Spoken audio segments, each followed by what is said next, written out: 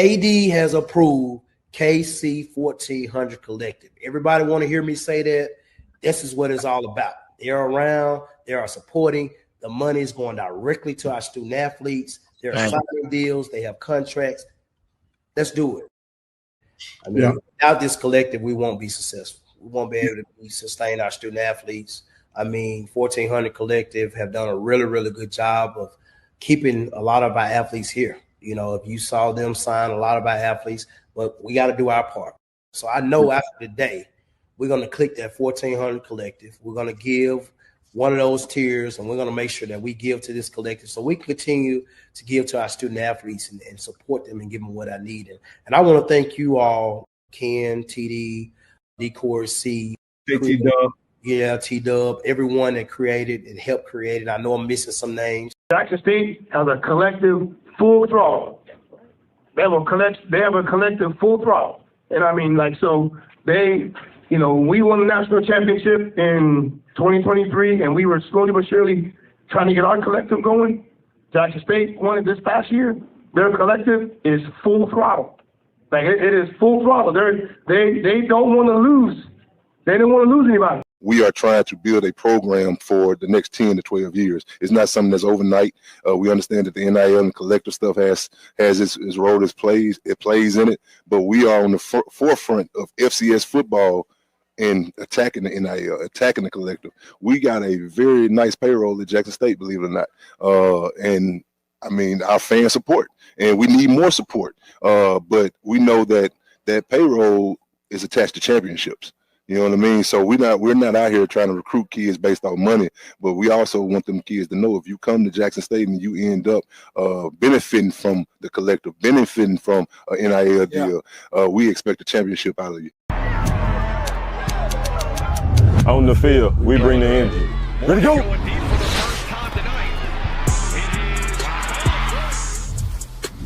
Off the field, I build my brand. At Jackson State, we make it happen. They tell one story, my brand tells another.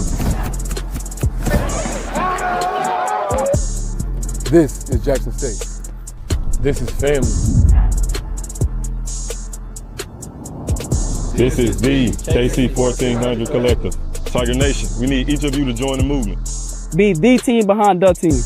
Support our NIL Collective. Get signed up today. Visit www.KC1400collective.com. VI Love, Go Tigers.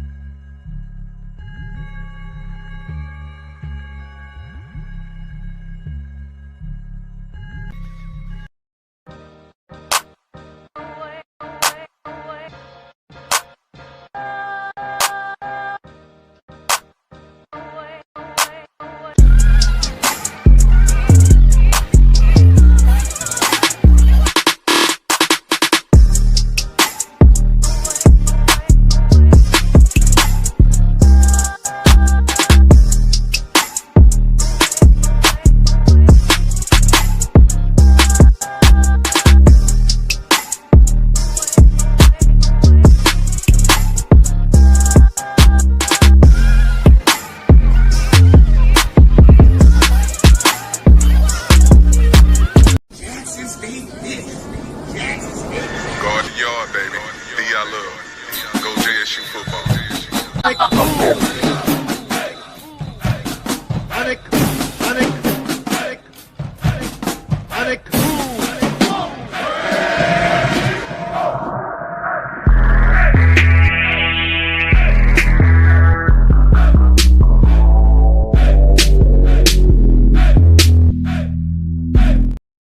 What's up, everybody? Happy Wednesday, man. Sorry for the delay. I am traveling, as you guys know, en route to Jackson, Mississippi. But I wanted to make sure I had enough time to cover everything I wanted to talk about tonight. Y'all come on in. Hopefully you guys have hit the subscribe button as you were waiting on me to come in. Not sure where TD is at. Told him we start at 12 at 9:15. So I guess he'll hop on whenever he do. If not, I'll do it myself. But nevertheless, man, it's Wednesday. We're gonna do our Prairie View preview as we kick the get ready for the SWAC championship, man. Y'all know what time it is, man. 1 second, let me do something real quick, and then I'm gonna be ready to rock and roll here. Hopefully everybody had a good day. Click that link, sign up for the collective. Off to some good momentum. I got a lot to touch on tonight, man. A lot to say. And I'm gonna add this slide real quick. There we go. But no, man, plane was delayed by 2 hours. Can't do nothing about airfare, air travel. You know how that goes. All you can really do is just kind of you do what you do, and then let the rest take care of itself. But I am en route to the SIP, and happy to be on with you guys, man. It's been a great day. It's been a great week so far. Said Black Air Force Energy. You got that shit right. I we're gonna address all of that, man. I see the chatter online. I don't really have no desire to engage. You know what I mean? I'll let those who do what they do on the internets handle their business when it comes to going back and forth with the newbies, man. We saw Prairie View in the SWAC championship game back in 21, and that's about it. They are on the uptick in them, from a historical standpoint for them, and they're looking to try to take down the big dog, man. Shaq Bully is JSU, and we always have been. We'll continue to be. Say you're very good at impersonating people. I watched the last show of you talking like Coach Jackson hit the floor. Yeah, man. I appreciate the dude, man. I mean, he came in and he did what he needed to do. He got the fan base over there in Houston, Prairie View, whatever city that is, Houston, the other school that's in Houston, and got them worked up, all 4,000 of them. I think they average about, how many fans they average a game? Not too many, but they seem to be motivated with what he got going on, what he building. 9-3. They won the West in the first year, and I don't blame them. If we've been in football hell and purgatory too, and then we had some hope, and then things kind of turned around for it. They average 6K. Okay, we'll see how many they bring to Jackson. I know that the coalition is gonna pull up to Jackson because they all root for Prairie View. We don't give a damn. That's how that goes, man. We Jackson State. Nobody roots for us. We root for ourselves. So if Jackson State fans looking for a pity party because it ain't no new friends.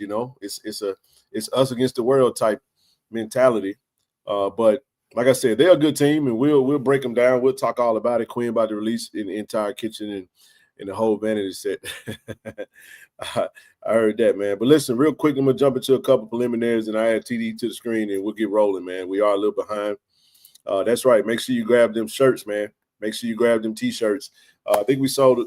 I'm not gonna say how many that's sold, but I'll say this: for the amount of people I saw complaining this year about, giving Ahmad the ball, they should be the first ones to go purchase the T-shirt if you want to support. If you really want to make an impact and pay it forward, you make it happen. So, but nevertheless, we not just with the T-shirt. We want to talk about our foundation real quick. Friends of KC-1400 Incorporated is a nonprofit. All donations are tax deductible. I know yesterday was the day of giving, so if you'd like to donate, you definitely can.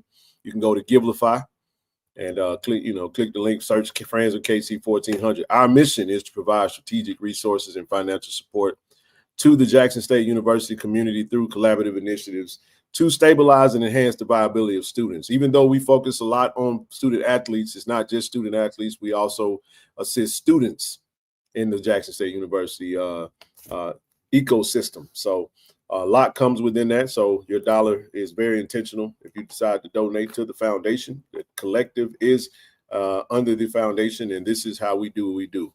Friends of KC-1400 Incorporated is the nonprofit arm of KC-1400 Media Group. I'm going to give a huge shout out to our channel sponsors, Cannon Toyota of Vicksburg. Shout out to Billy, Clay, the whole crew over there. Give them a call if you're in the market for a Honda or a Toyota, 601-835-6100. And Cannon Nissan of Jackson, give Will a shout. They right up on the hill off Gallatin. Go see Will. Tell them KC-1400 sent you. They can put you in a new, used, brand new Nissan, whatever, right? And they take care of them. I'm signing my wife up for Christmas. There you go. I like that. Last but not least, Auto Masters, man. Shout out to Timothy Poe and Terrence Miles, man, for all that they do. They've been great supporters of the channel. Give them a shout if you're in the market for a vehicle. They can get you they can get you whatever they're looking for. They can find it from one of these great auctions around the country. 601-927-7794, man. Without further ado, TD, how you doing, brother? What's going on, man? What up? What you do? Oh, brother, how you doing, man? You good? Good, man. How you doing? Good, bro. Good. Glad you can join us, man. Hit the like button, share button, subscribe button, and make sure you hit the like button, man. Become a subscriber. Make sure you follow us on all forms of social media as well, man. All right, man. We're gonna keep it rolling. A little behind, so I'm gonna keep moving with the preliminaries, and we're gonna get into what we come to talk about. Not gonna be on all night, but we are gonna get into what we want to touch on, and that's we're gonna break down Jackson State Prairie View. So kind of lost a little time on the fluff, but we on our road to 9,000 subscribers. We're almost there, a little over 100 away from that. Be a monumental. The thing that makes it monumental is it puts us one step closer to the 10K. 9K is our next step. So if you are watching the content, whether it be on Facebook, whether it be on Twitch, whether it be on X or /Twitter, head over to YouTube. Make sure you subscribe to the channel, man. We appreciate the support. How was your day, bro? It was good. It was good, man. I mean, woke up feeling good. It's cold outside. Yeah, man. I'm almost to it. Well, it's cold where I'm at right now as well, so I'm almost there. But yeah, it's definitely gonna be a cold weekend, man. So you guys make sure you bundle up. Take your allergy medicine on the front end. Don't wait till you get sick, man. You know, whatever it's gonna take. Should I say preventative? You know, whatever you need to do for your preventative maintenance. Do what you need to do. It's gonna be a cold one and maybe a little rain, so put them jumpsuits on and don't forget your bottle to stay warm. Yeah, man. Listen, it's football weather, man. You want to win a championship, you gotta go play in the elements, baby. I like it. I like the way our team is built. Our team is built for this. We playing at home. We don't lose at home, man. Don't lose at home. Yeah, we did all the little warm and fuzzy stuff, but I'm gonna tell y'all something. I love what I'm seeing out in the airwaves right now. I love it. I love the team. I love the shit talking. I love the banter. I love it, man. I love it. I absolutely love it. I love the disrespect too, man, because I feel like we allowed some folks to play in our face a little bit this year. But I think we was crawling to get to this game here, and people gonna see the best version of the Jackson State football Tigers this weekend. Y'all can go and the season over with. That season is dead. That work is done. Come Saturday, you're gonna see a whole different situation going on. And then I don't want to hear no talking afterwards, man. We don't want no excuses. You notice how I'm saying it. I'm not talking as if we're gonna lose. Jackson State not gonna lose Saturday, bro. I'm just not going to say a whole lot about it. Matter of fact, I say this too, TD. After we win, I ain't going to talk no smack afterwards. They're going to be on to the next one. So you let the newbies come on in, and they can come on in and take your damn shoes off before you come in my house too. But just know, come on in, come to Jackson, get your teeth kicked in, and you go back home. And we're going to head to Atlanta. That's the goal on Saturday. How you expect them people to play with no shoes, man? I mean, they'll figure it out. Let's figure it out.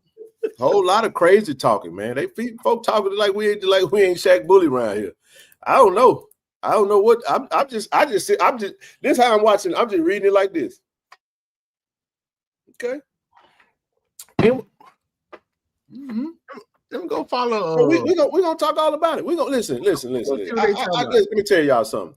Coach Taylor, and I jump right into it. Coach TC Taylor he is a victim of his own success. I absolutely feel like Coach Taylor should have won SWAC Coach of the Year. I ain't said nothing online. I was gonna wait to the show. But since you brought it up, I'm gonna go ahead and talk about it. You know why, TD? You show me another coach outside of Eddie Robinson. Lost the starting quarterback, continued. Eddie Robinson had a great case, 10 wins. Lost your quarterback in the middle, you know what I'm saying? Your quarterback go down, still win 10 games. Now the coach that won it, great case. They fired the coach from last year because they sucked.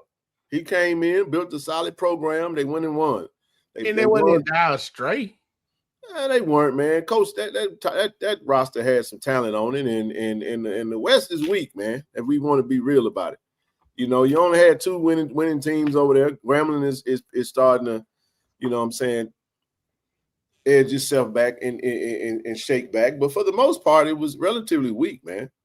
And that's just keeping it a buck about the West being as tough as it was. When they played the East, they got the second best team, and then they got 2 of the sorriest teams in the East, TD, and they beat both of them.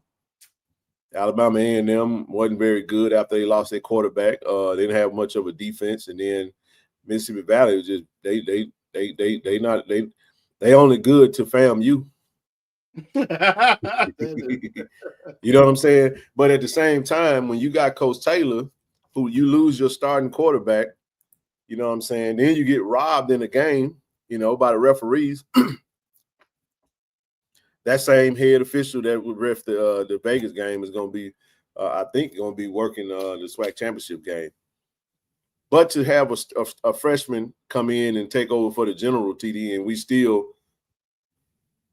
with our backs against the wall, with Alabama State staring at us, hoping that we lost another one. You know, we persevered through it and got back to the SWAC championship. So at the end of the day, what I'm saying is they all had a case. If you're going to make Cole, because we're going to talk about it, Jared Lockhart just get named Cole Freshman of the Year.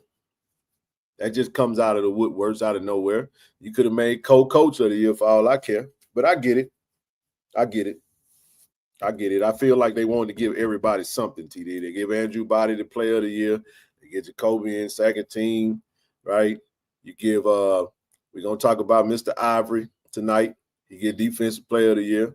And then Prairie View get the coach. So everybody kind of get a little something. All the 7-1s get a little something to go around. But this kind of is what it is. What can they do? Nothing. It's nothing for nobody to do. Listen, every coach, I'm not saying that they don't have a great case for why they named him the coach of the year. But all I'm saying is sometimes other coaches, when you have a winning program, you become a victim of your own success. And it goes back to Corey's article. Is it JSU fatigue? Who would have made the case and argued that if you'd have gave Coach Taylor the coach of the year? Won the SWAC East over Alabama State, who beat the best team in the West. And a lot of people lobbying TD to get rid of divisions, because guess what would have happened if we had got rid of divisions? It would have been Jack State, Alabama State in the SWAC championship, right? So it's some cases out there. Oh, okay. I didn't see the first comment. My mistake, DJ. My mistake. It's definitely Jack State fatigue. Hell, the whole conference is hoping that everybody except Atlanta is hoping that Jackson State lose. But anyway, man, listen, shout out to D. Corey C. Great preview.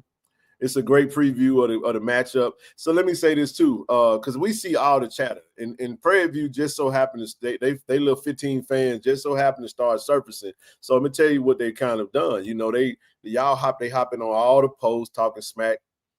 They hopped on the video talking crazy. TD talked so crazy that they didn't even realize that Tiger Talk, we don't do biased content. Corey bring their personality on the show. They was like, man, I watched the show. I thought it was going to be kind of biased. This was actually good content. It's like, duh.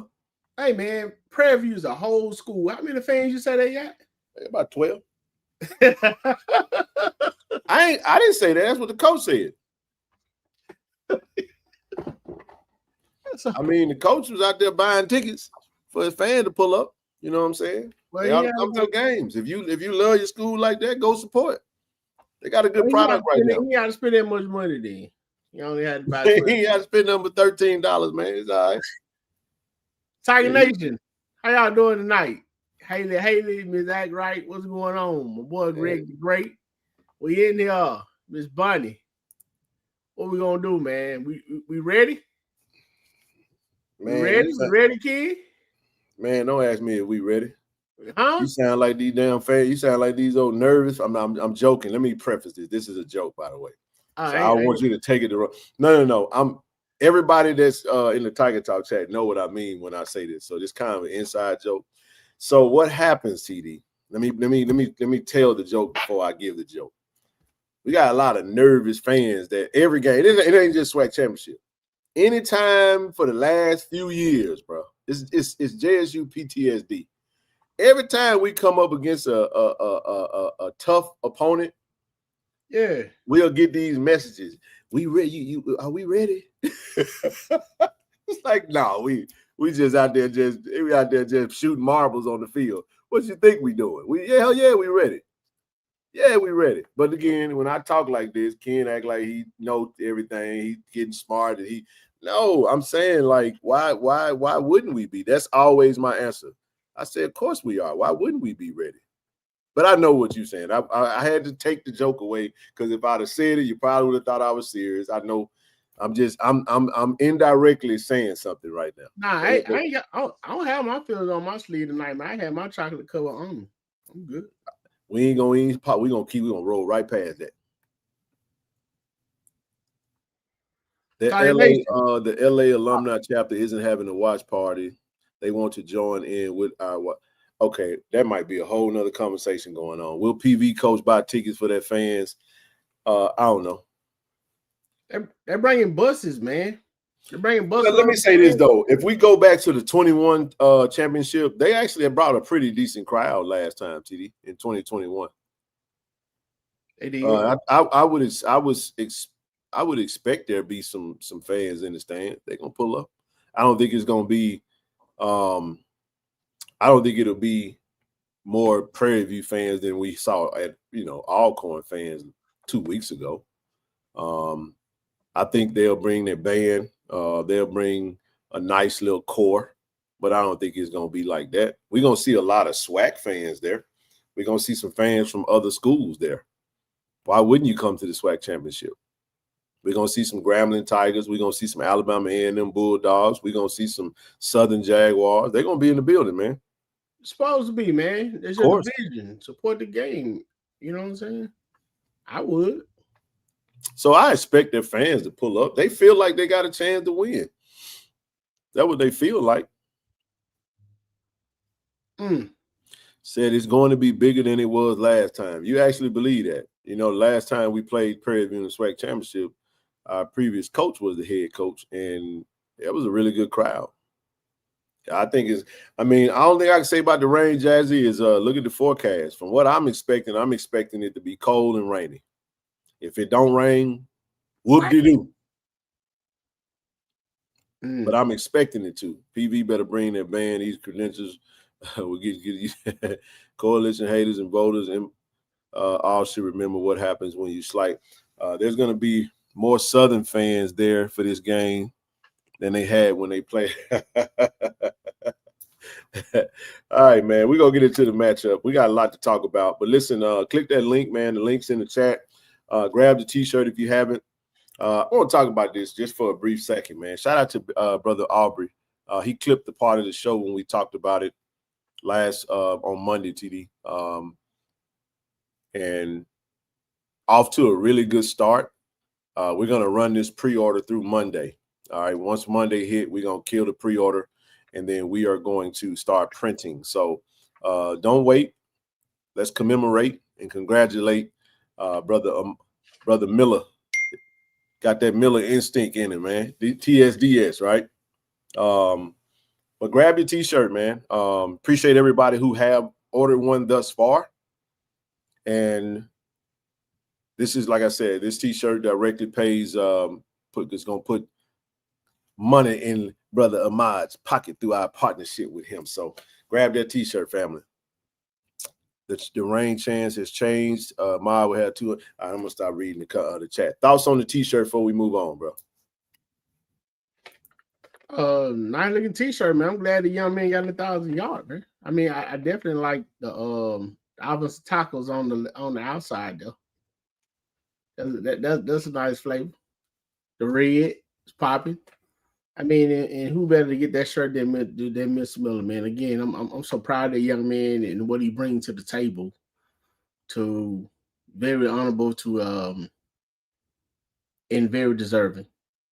Man, that's all I can say. I'm just proud of the young man and the team as a whole for real though. But you know, to get getting to 1,000 yards alone is hard. You know, now sharing the backfield with two people.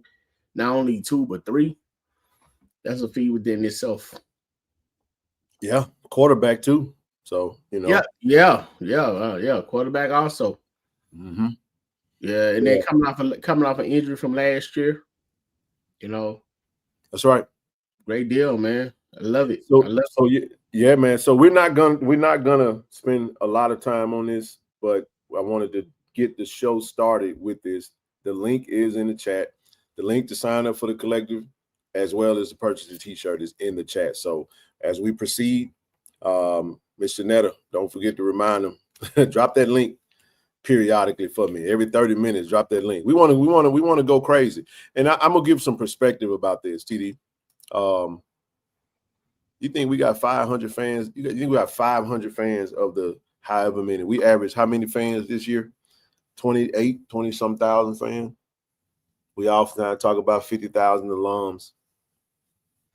I mean, there was a couple games we had over 40. I know that. So here's what I'm saying. You think we can get to 500? 500. I don't think 500 people supporting this initiative is tough to do. I just think that I don't know. And let's make it happen, man. We got to Monday. Don't miss out on this opportunity, man. But I can't emphasize enough, man, how, you know, you guys have done a fantastic job. Like I said, no pressure, but it would be great if we go crazy, you know, with these with the sales on this T-shirt. Again, the proceeds are going to him.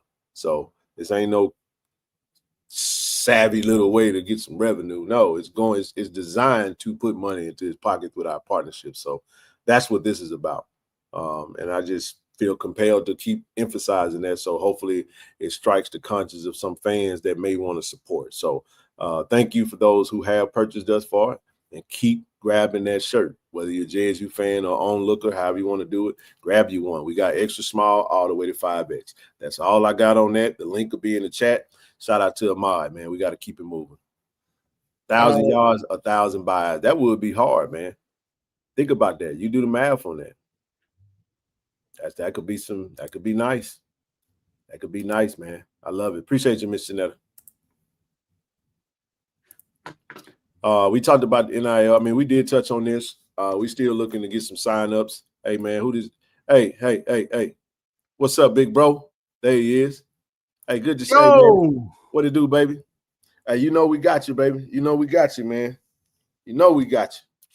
Got you covered, bro. So keep pushing. Hey, share it up there with them folks up in the 901, big bro. Make sure they commemorate, man. Make sure they commemorate and congratulate and celebrate Ahmad, man, for what he, not only what he's done, but what he's about to do on Saturday and beyond. So refuse to be denied. I love that. Miller time. The saga continues. Much love, bro. We're gonna keep it moving though. What up, brother? Mr. Miller Sr. How you doing? Yes, sir. Hey, look, man. Again, I'll come back to the just the collective when we talk here in a little bit, but want to keep it moving real quick. Hey, look, this Friday, man, we're gonna be at where we gonna be at? We're gonna be at Cat Head. Look, I know it's gonna be a little chilly, a little nippy, a little wet.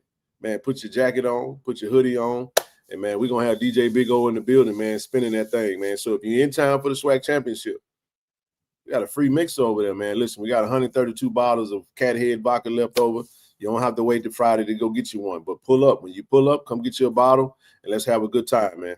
We're going to have multiple food trucks on the scene. Shout out to Dale and some others. And man, we're gonna have a good time, man. I'm ready for this thing. I'm pumped up. It's gonna be a great time. So we're gonna have bottles and fried fish. Yeah, fried fish will be out there for you, man. Fried fish, fried chicken. I'm assuming. We're gonna have a whole lot of good stuff out there, man. So pull up, man. Pull on up. It's definitely, hey Freddie, you know it is, man. Always a vibe out there, man. We're gonna have a good time, man. But if you want to chop it up with us and mix it up with us, we're gonna talk the game. We won't have a show Friday night like we've been doing. We're gonna have a Saturday morning kickoff show, but Friday night we're gonna be in the mix, man, at Cathead. So excited about that. And TD, they've just overjoyed with the partnership thus far. Shout out to the Cathead Distillery team, Austin and Maybe and the whole crew over there. We've done an outstanding job. We actually have sold our allotment of bottles. Remember, they produced more than what we initially thought they would produce. So we're going to wipe them out on the last few bottles of what's left over, man. So they're ecstatic because they got a lot of people that now know where Cathead is at, TD. They got people that pulling up saying, man, I didn't even know you guys were here. I went to the KC-1400 event. And man, you guys have a great establishment. So it's been a really good partnership, man. So shout out to them, shout out to you guys for supporting it. Shout out to you guys for coming. Shout out to the Blue Bingo, Tiff, and all the alums, Miss Pam, everybody that's been great supporters of the event. Even the gentleman that always comes and set up the merch. It's been a great partnership, man. Collaborative effort amongst JSU alums to have a good time, man. So definitely pull up. I know I'm pretty sure there's gonna be a lot going on in the city, but you know, come over there and chill and vibe with us.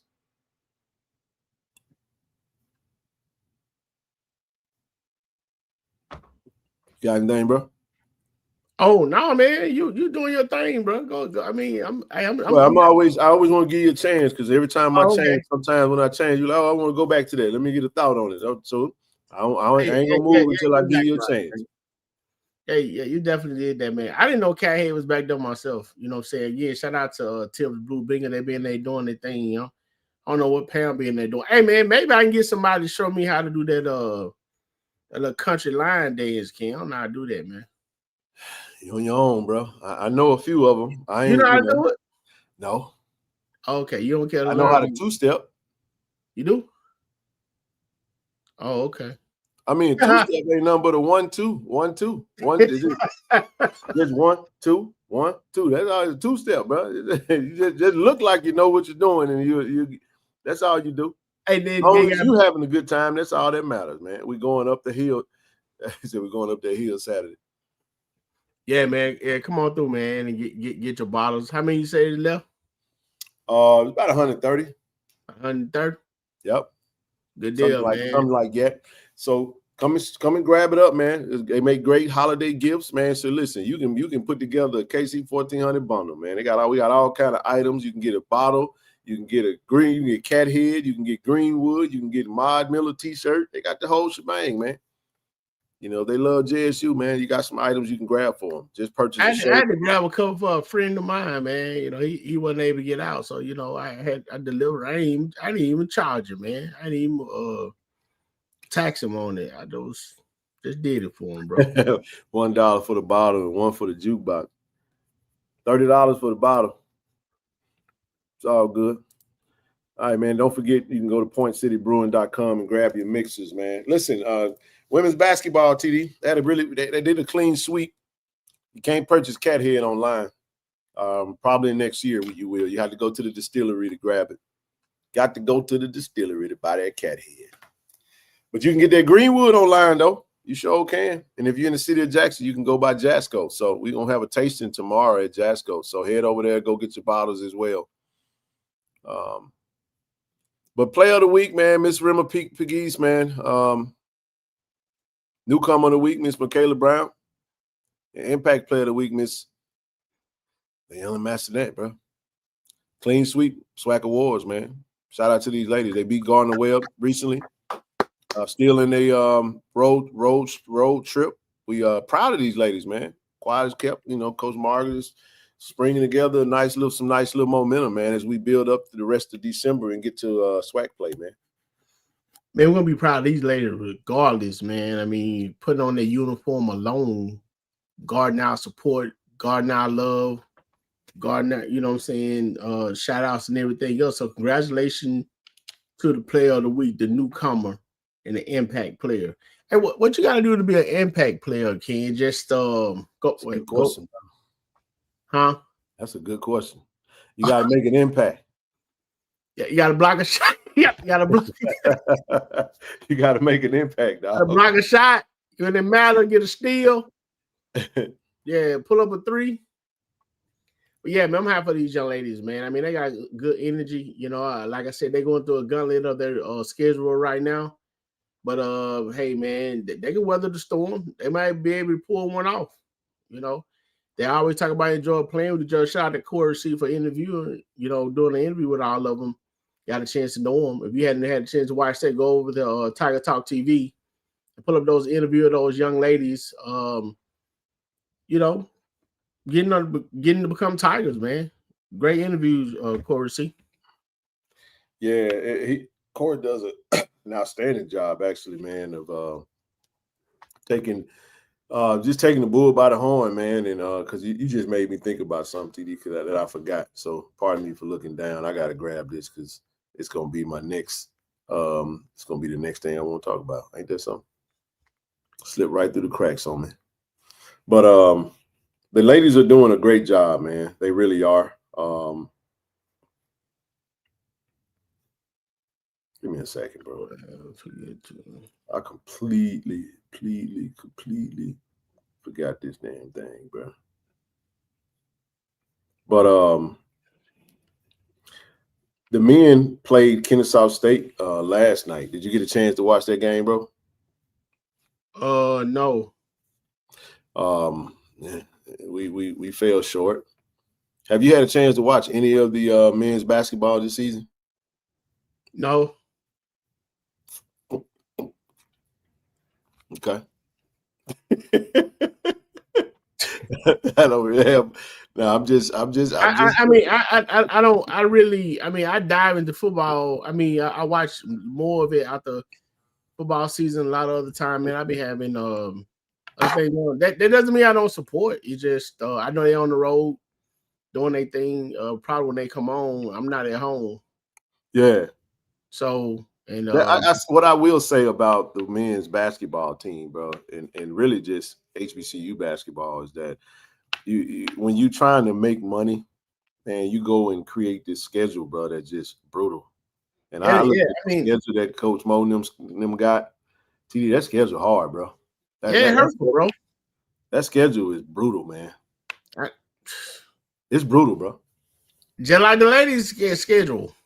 It's brutal, man. I don't know any other way else to say it other than brutal. You know, it is made to make money, but if you can get a win in there, great. But I mean, it's like seeing your cousin in the ring fighting Tyson or Holyfield or something like that, man. Nobody want to step. I mean, it's hard to step back and why you can't jump in there and help.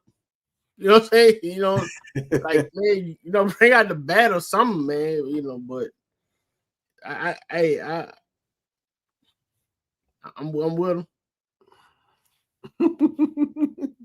No, I got you, bro. Y'all give me 1 second.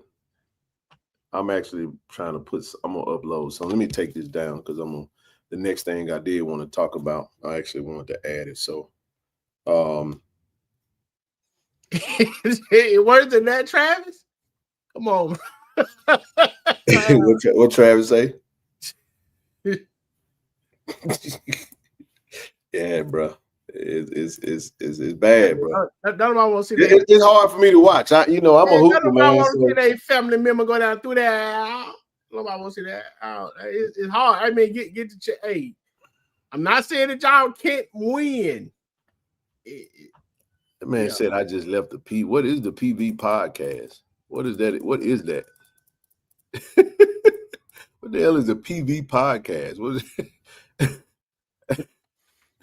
Anyway, man, hey, you asked the question. The question that you asked was in relation to young Massonet. So, you know, they had I think y'all know where I'm going next. I just had to make sure I got there. So, you asked what is an impact player, right? That's what you asked.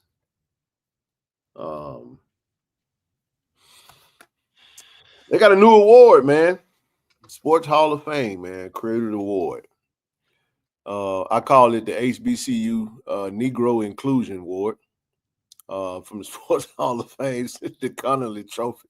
Since no SWAC players ever win the Connolly Trophy, they had to figure out a way, man. But that don't take away from we want to celebrate the winner of the first SWAC Impact Award recipient, man, the General, bro. I thought he handled himself. Looked great, man. Represented Jackson State outstandingly, man. Outstandingly. First time they ever done it. They call it the SWAC Impact. He said, "I'm cleaning my screen off now that the water went." I don't know. I don't know what else to call it, bro. I'm not trying to, they know no HBCU players gonna sniff the Connolly, so they had to be like. I saw some very funny jokes, man. Jacobian always speaks extremely well. He looked great. Always does. Like he said, man, tiger born, tiger bred. When I die, I'll be a tiger dead, right? That's the saying. Really true blue to the core. Man, anytime you can be celebrated and get an award is pretty dope, man. And I would say this though, if we really just, all jokes aside, when you get into what I would say the award is about, we know, Mississippi going Mississippi, but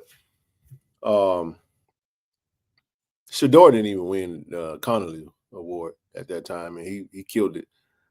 But I mean, it been other people up for it that you don't see it from a SWAC that probably has. Somebody said the NAACP award. Yeah, something like that. Almost like the DEI award. Almost. I mean, but but I'll say this though, Jacobian Morgan has made an impact on this team. He is our unquestioned leader. And people like to, let me say this, man, all jokes aside, this is why I always say, I was just having a conversation with someone, TD, and I said, it's amazing how when this is how the media slants Jackson State. So let me be real. I'm being very serious when I say this. When Jackson State football have to fight and scratch and claw to win a game, TD, let's say we went through a game and we met some adversity and we had to overcome the obstacles to win that game. They barely won. The adversity that's created for us in that game that we had to overcome to win, let alone losing, we don't get the benefit of the doubt at Jackson State.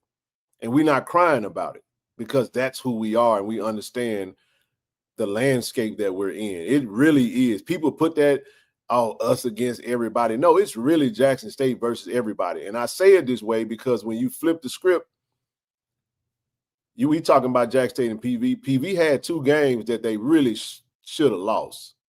But nobody says it that way. They say, man, they found a way to win. Texas Southern, right? They won on the last play of the game, TD. Did they not?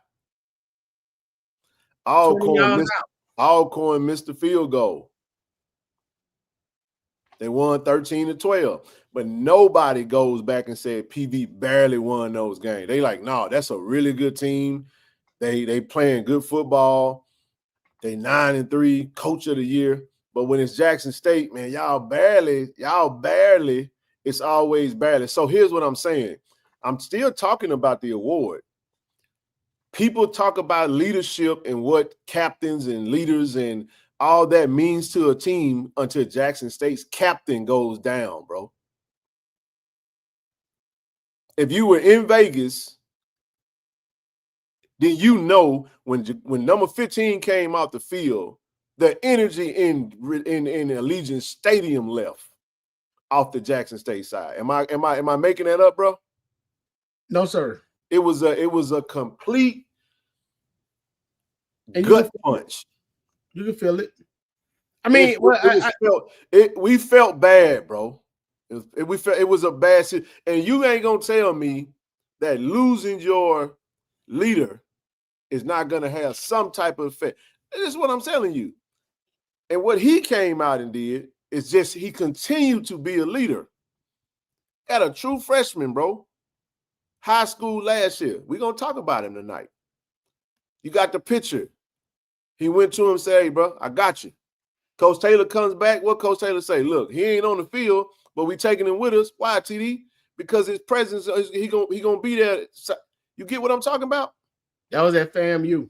So I said we joke about the award, but that brother right there with that plaque in his hand, man, that's a real. If for whatever you want it to mean, he makes an impact on the Jackson State football team because of who he is, because of what he stands for, because of what he means to that team. The adversity that he's So what I'm saying to you is when we talk about losing that guy and still finding a way to win, still being right there with the true freshman who's going to be a superstar. I'm telling y'all, Jerry Lockhart, as long as you stay healthy, I'm going to say it for you, will be a superstar at quarterback. It's early in his career now. We know there was conversations about red shirt, TD wanting to get a full offseason, get prepared. You follow what I'm talking about? What I'm saying is that brother makes an impact, man. And what I'm also saying is that is why I'm telling you that our coaches coach their glutes off because of the dynamic of what happened in our season. Listen, Coach Taylor don't get the benefit of the doubt, bro. He don't get to come to the program and stink it up and build from the ground up. Him and Coach Oldham had to inherit an empty room, bro, looking like Will Smith on Fresh Prince of Bel-Air when the daddy left. He looking around like, man, he don't want me. Like, that's what happened. And he still went 7-3. Followed up by a Celebration Bowl natty. Followed up by a SWAC championship berth again. The standard is different. So everybody get to win and build quietly without the pressure. Now, I'm not talking about the blue bloods, there's some pressure on Cozy. Hell, there's some pressure on Terrence Gray. That's why he got fired. Some programs, and if Mickey Joseph don't win, he's going to be some pressure on him next year because it's just certain programs, the standard is winning or you got to go. That's just how it goes. You don't get to quietly build. And I'm going to say this. Nobody gives a damn about no Prairie View but Prairie View. That's right, I said it. They don't move the needle. They move the needle for themselves. Their coach moved the needle with some of the headlines, and he's done a great job of marketing. He'll talk tough, and then he'll go play victim when somebody respond. That's kind of how it goes. But I ain't talking about it. I told y'all how we said it for quite a bit of time. I like the dude. I like him a lot. I like what he means. I like what he's doing. So I don't dislike him in no shape, form, or fashion. But you're not gonna sit up there and tell me that all things are equal, because they're not. We get graded on a whole different scale because it's just different over here. But what I am saying to you is for that young man right there to wear that block on his helmet and take the pressure, the ridicule, the criticism.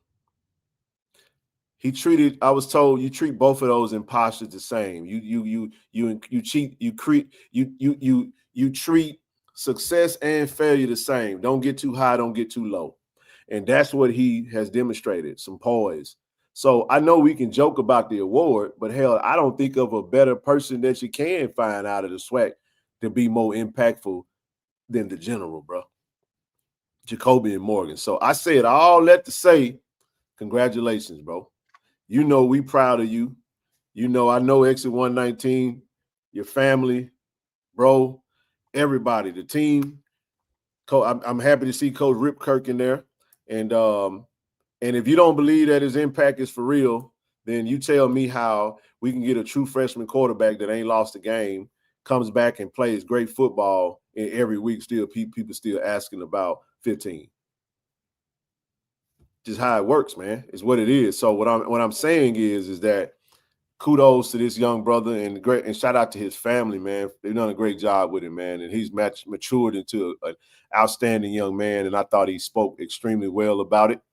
And like he said, it's something new. But anytime you can be celebrated and have an award, it's some great guys in the SWAC that could have won this award. And he was honored to be the first recipient and be representative of Jackson State University. I'm summarizing his words, but I just wanted to say that. So that's all I got on that, man. I'm not on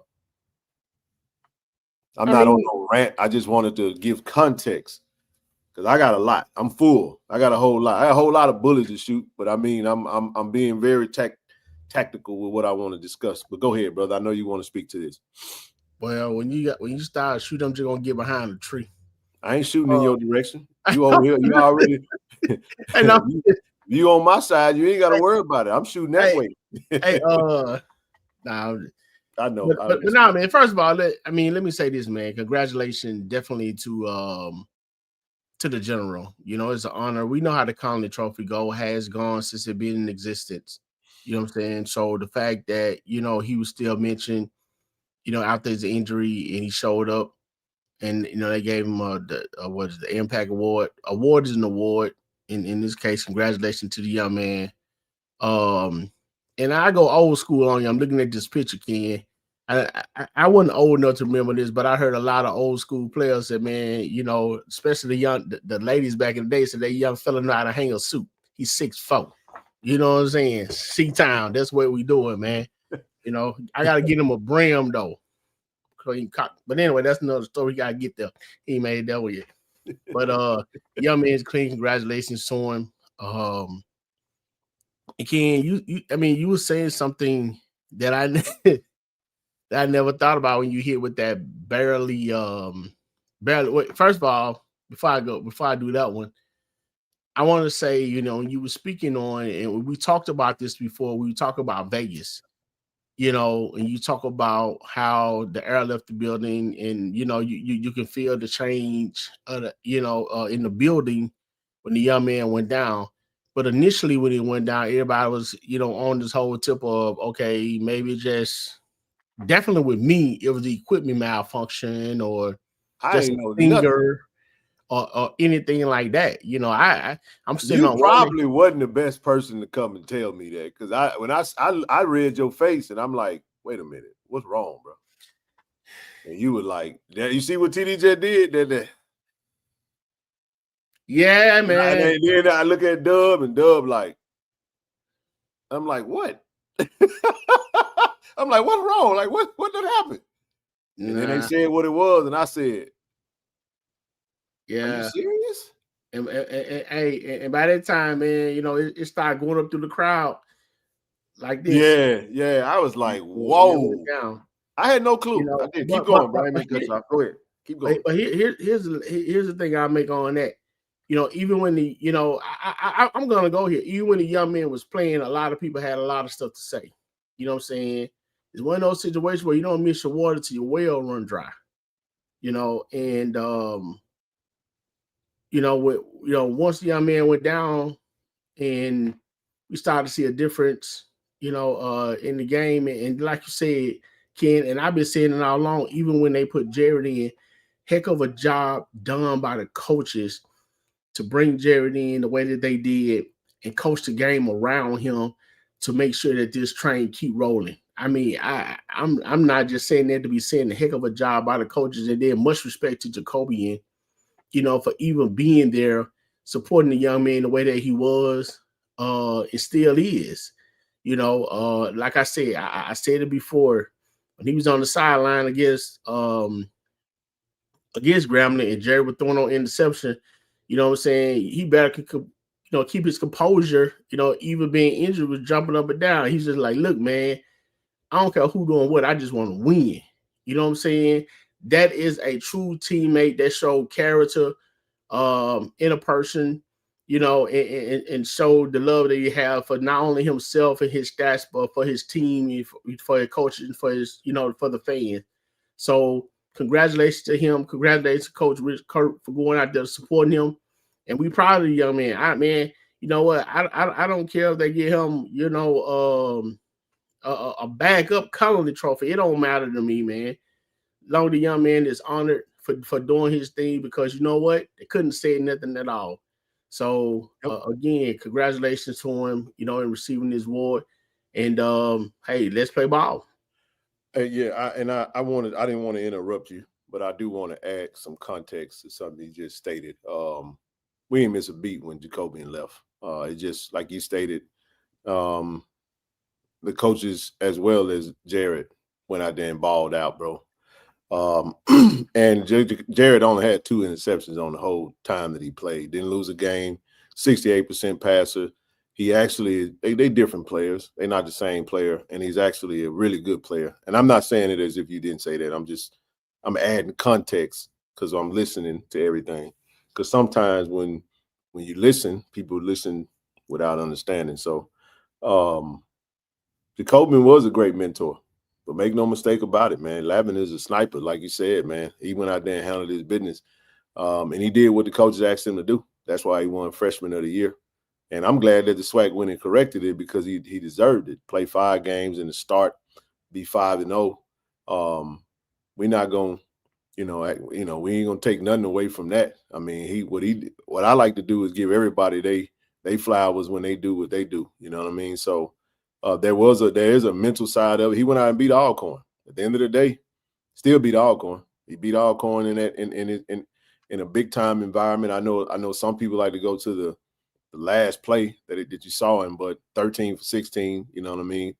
Had a hell of a game outside of that one moment, one player of the week. So the future is absolutely bright. I just think the coaches what they also done is the management of this whole situation. There ain't been no controversy. Damn sure wasn't like last year. It's been great energy. They've done a really good job of keeping everything in house and managing it well. And I know there's a lot of question marks as to what's going to happen over the weekend. We'll see. I don't know. I'm curious too. I'm not in Jackson. I ain't asked no questions, because one of the things we don't do is we don't ask questions that we just listen to the coaches and follow suit. And whatever Coach Taylor give you is what they give you. You know what I mean? So I mean, and they give a definition of the word depth that we always talk about. We spoke of that, Ken, in spring. We spoke of that. We talked about that last year. The depth, and I'm saying that will separate us from a lot of other teams in the SWAC. Yep. We had some good teams in the SWAC, but when their main player went down, then they pretty much lost their team. And that goes to recruiting. I know a lot of folks I'm addressing another thing that was said, because I don't, why I don't respond to stuff like that when people get on the internet and be like, oh, they lost a recruit. Listen, man, we sent out several offers, and we could be trying to bring in 15 players. Of 15 players that you're recruiting, 15 spots that you're trying to fulfill, you probably gonna put out 100 offers. You're not gonna bring in 100 players. So some of those players you're not going to get. You're going to get the ones that you're supposed to get. But this is the difference between Jackson State and an up-and-coming program. When you see Jackson State take players, they're very strategic about who they take, because we have a lot of depth. Jackson State is at the place now, when you're winning, when you're 3 years in and you are a championship program, you are recruiting for depth as well as impact. But more so, I mean they're not going to play now. No. As well as impact, but more so depth. So I never get too high or too low on seeing a recruit. I want the recruits to go wherever the hell they want to go. You go where you want to be, because Jackson is a different type of place. Everybody ain't cut to go be a Jackson State Tiger, man. They just not. It's a different situation, man. It's just different than this other stuff, man. What I'm trying to tell you is this. I just never worry about that, because at the same time, TD, I'm never on any of these pitches, but I can look at the roster. A lot of our fans, they'll just see what happens out on the internet. They don't do no investigation and be like, oh, we lost a cornerback. Well, yeah, we got all underclassmen. That's starters right now. So what if the conversation was, hey, you're going to come here and have an opportunity to start, while another program may be like, you're going to be the man. I'm not saying that's what happened. That's two total different conversations. You got to know your personnel. You got to know your whereabouts. You got to understand that. So when we recruiting for numbers. They do a beautiful job of recruiting. One thing I don't worry about is our coach is doing a hell of a job recruiting. Why did I say that, TD? Because that's what happens. Not many programs could lose their unquestioned leader and still win. Right. I'm just telling you. It's just how it goes. We didn't take somebody said, "Oh man, we barely win." But still, again, you still have to tell the whole story. A win is a win, but we also was winning handicapped. And let me tell you who's another good team. So for context, TD, you know who else is a really good team? Alabama State this year. Yes. Because guess what happened? When Andrew Body went down, who was the unquestioned player of the year, that boy had crazy stats. And we said that. It was going to be hard to catch Andrew Body, right? Right. What's his name? Smoot? Smoot came in that thing and Alabama State didn't miss a beat. That's a sign of a team that's got good. They did some good recruiting. They got good depth. That's what winning programs do. When you lose your starter, your season isn't over. Now, there are some programs that you lose. If you lost it, let me tell you how. I'm going to make you laugh again. You know how bad the quarterback play was in the conference? The two quarterbacks that got hurt in the middle of the season won first team and second team. Right. So let me ask you this question. How many quarterbacks? I'm going to give you a scenario. Alabama A&M lost their quarterback and their season went to the toilet. TD, Southern lost this quarterback and they won 2 games. Grambling lost 4 quarterbacks and they still managed to win 7 games.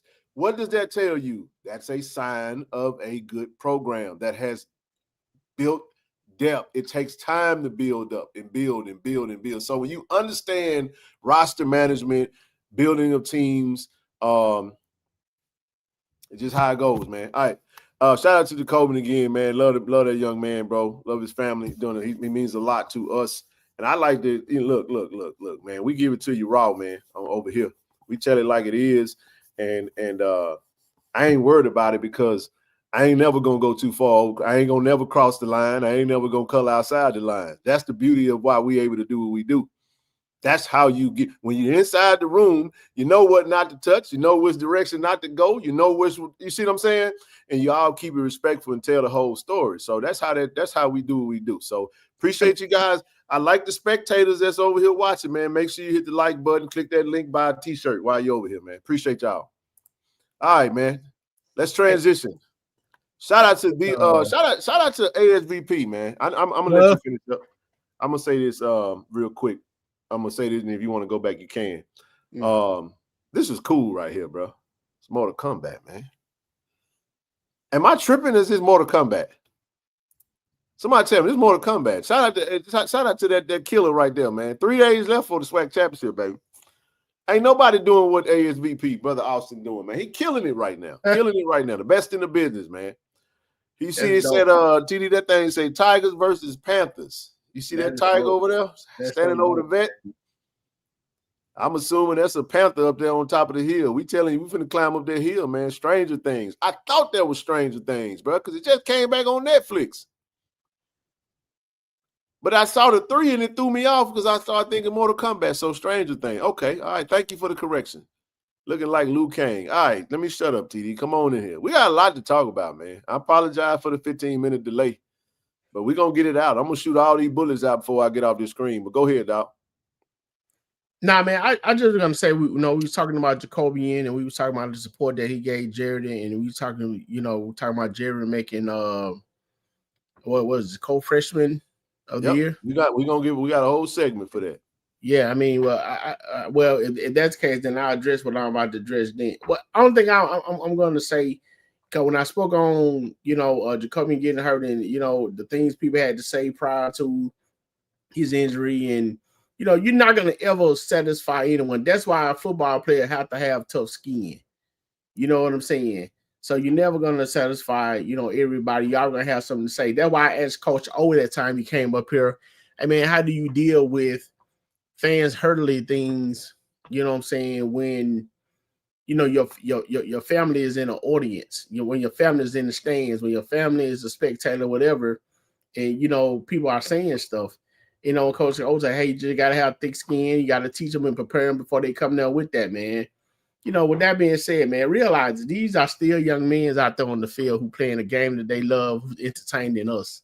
You know what I'm saying? Now, we get frustrated with them, and the situation ain't gonna be perfect, man. But just be mindful a lot of the time. You never know who you're sitting around when you hurling a bunch of stuff out there, towards the player, because they still have families and friends that love them, and they may be catching those blows.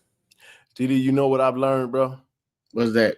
Those who do that ain't listening. They're gonna do it anyway. Oh yeah, I know. I mean, I know. And I'm not saying it so because I'm gonna always get on here and say the same thing you just said. I'm adding to what you just said. What I've learned, so I don't get my emotions all in a tizzy, because when you go back to prior to the holiday, you probably people was watching and picked up on my frustration. That's what some of my frustration was coming from, and I didn't get on here and just cuss everybody out and do a whole lot of raising hell or whatever. But I've learned to, and I have to continue to learn to not internalize those things, man, and come out and let it affect my disposition and how I give the message on the screen. Because what happens if somebody just they start watching the show for the first time? They don't know about what's going on, and then they just see you on here, hooping and hollering, raising heck, and then all of a sudden, perception is reality. So, but what I've learned though is people gonna do that. I stop entertaining, stop talking to stupid people, man. Oh no, I don't never say. I just put talking about me.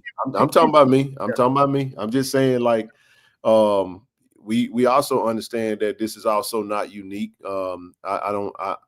We have to be careful with that too, because it happens in all fan bases. All fan bases, all sports. I don't care if it's HBCU, PWI. Yeah, you ain't seen some mad fans.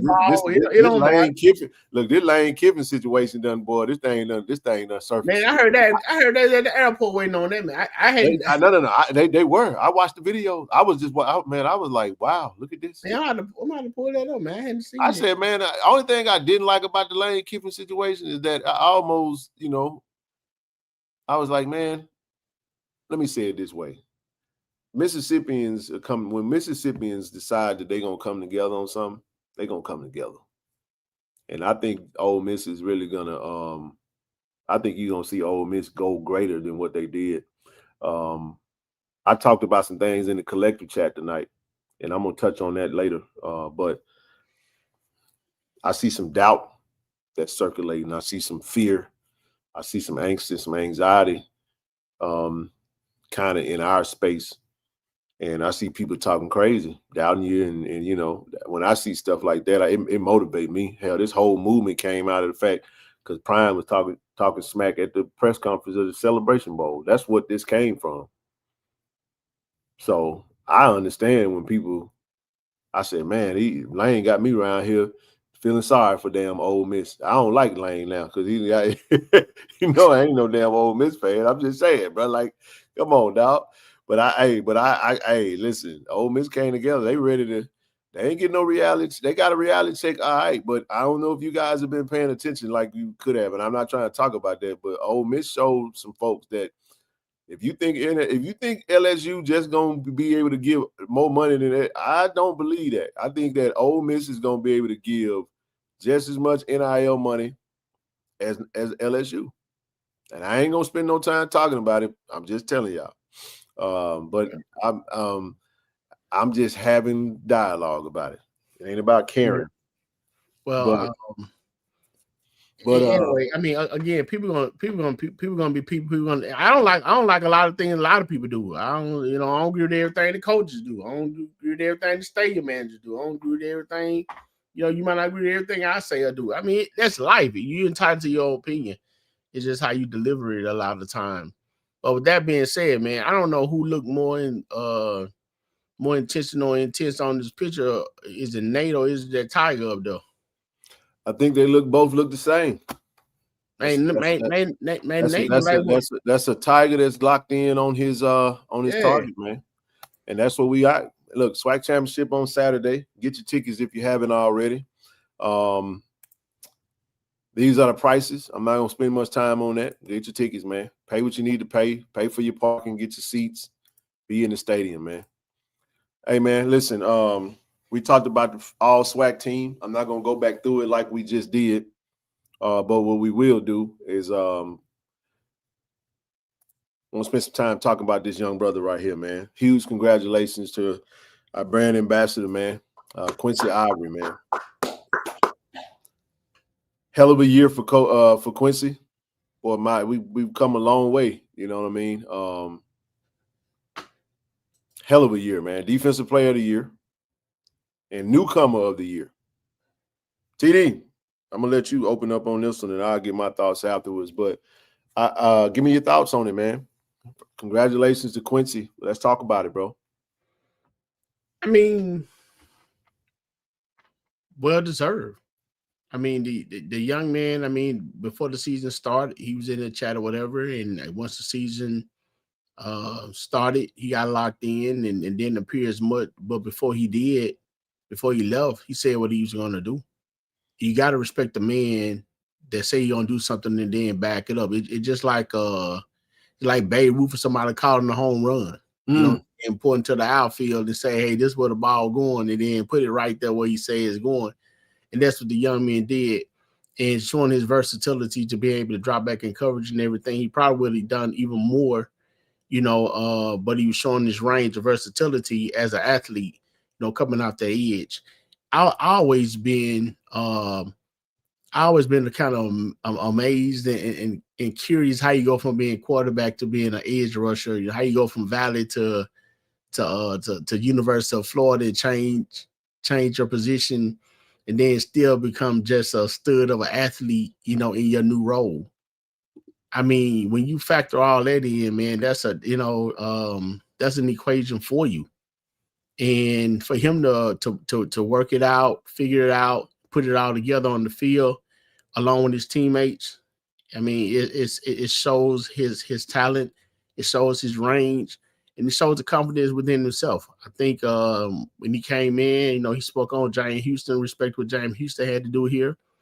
And, you know, say he wanted to put his name, he wanted to stamp his name up there. So here's the thing.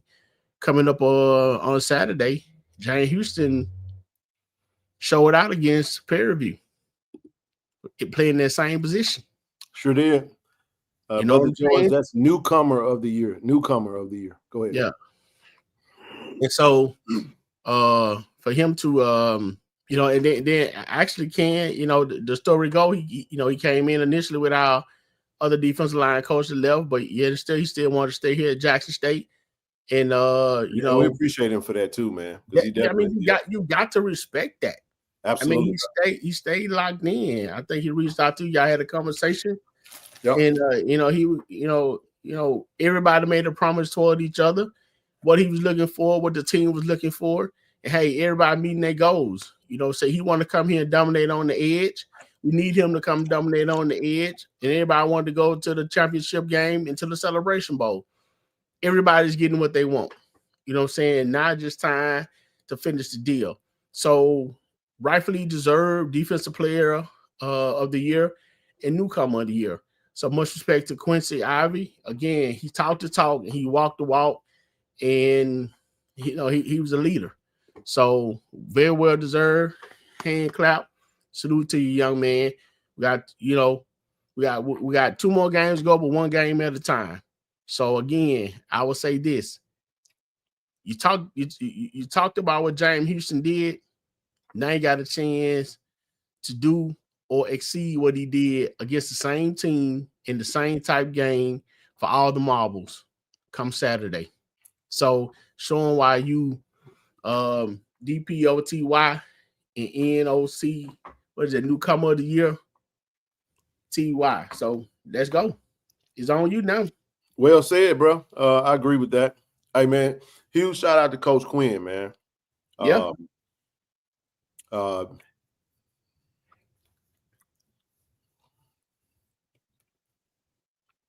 I've learned a lot about Coach Quinn's scheme this year. and how he uses Quincy. In our conversation, I mean, the biggest thing is defense. They play a team style of defense, and has put Quincy in great positions to be successful this year.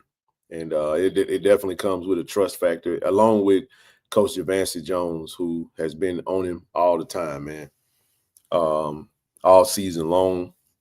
And seeing Quincy go through what he went through in the offseason, taking the coaching, hard coaching, man, and just listening, applying it, and just going out there just being a game wrecker, bro.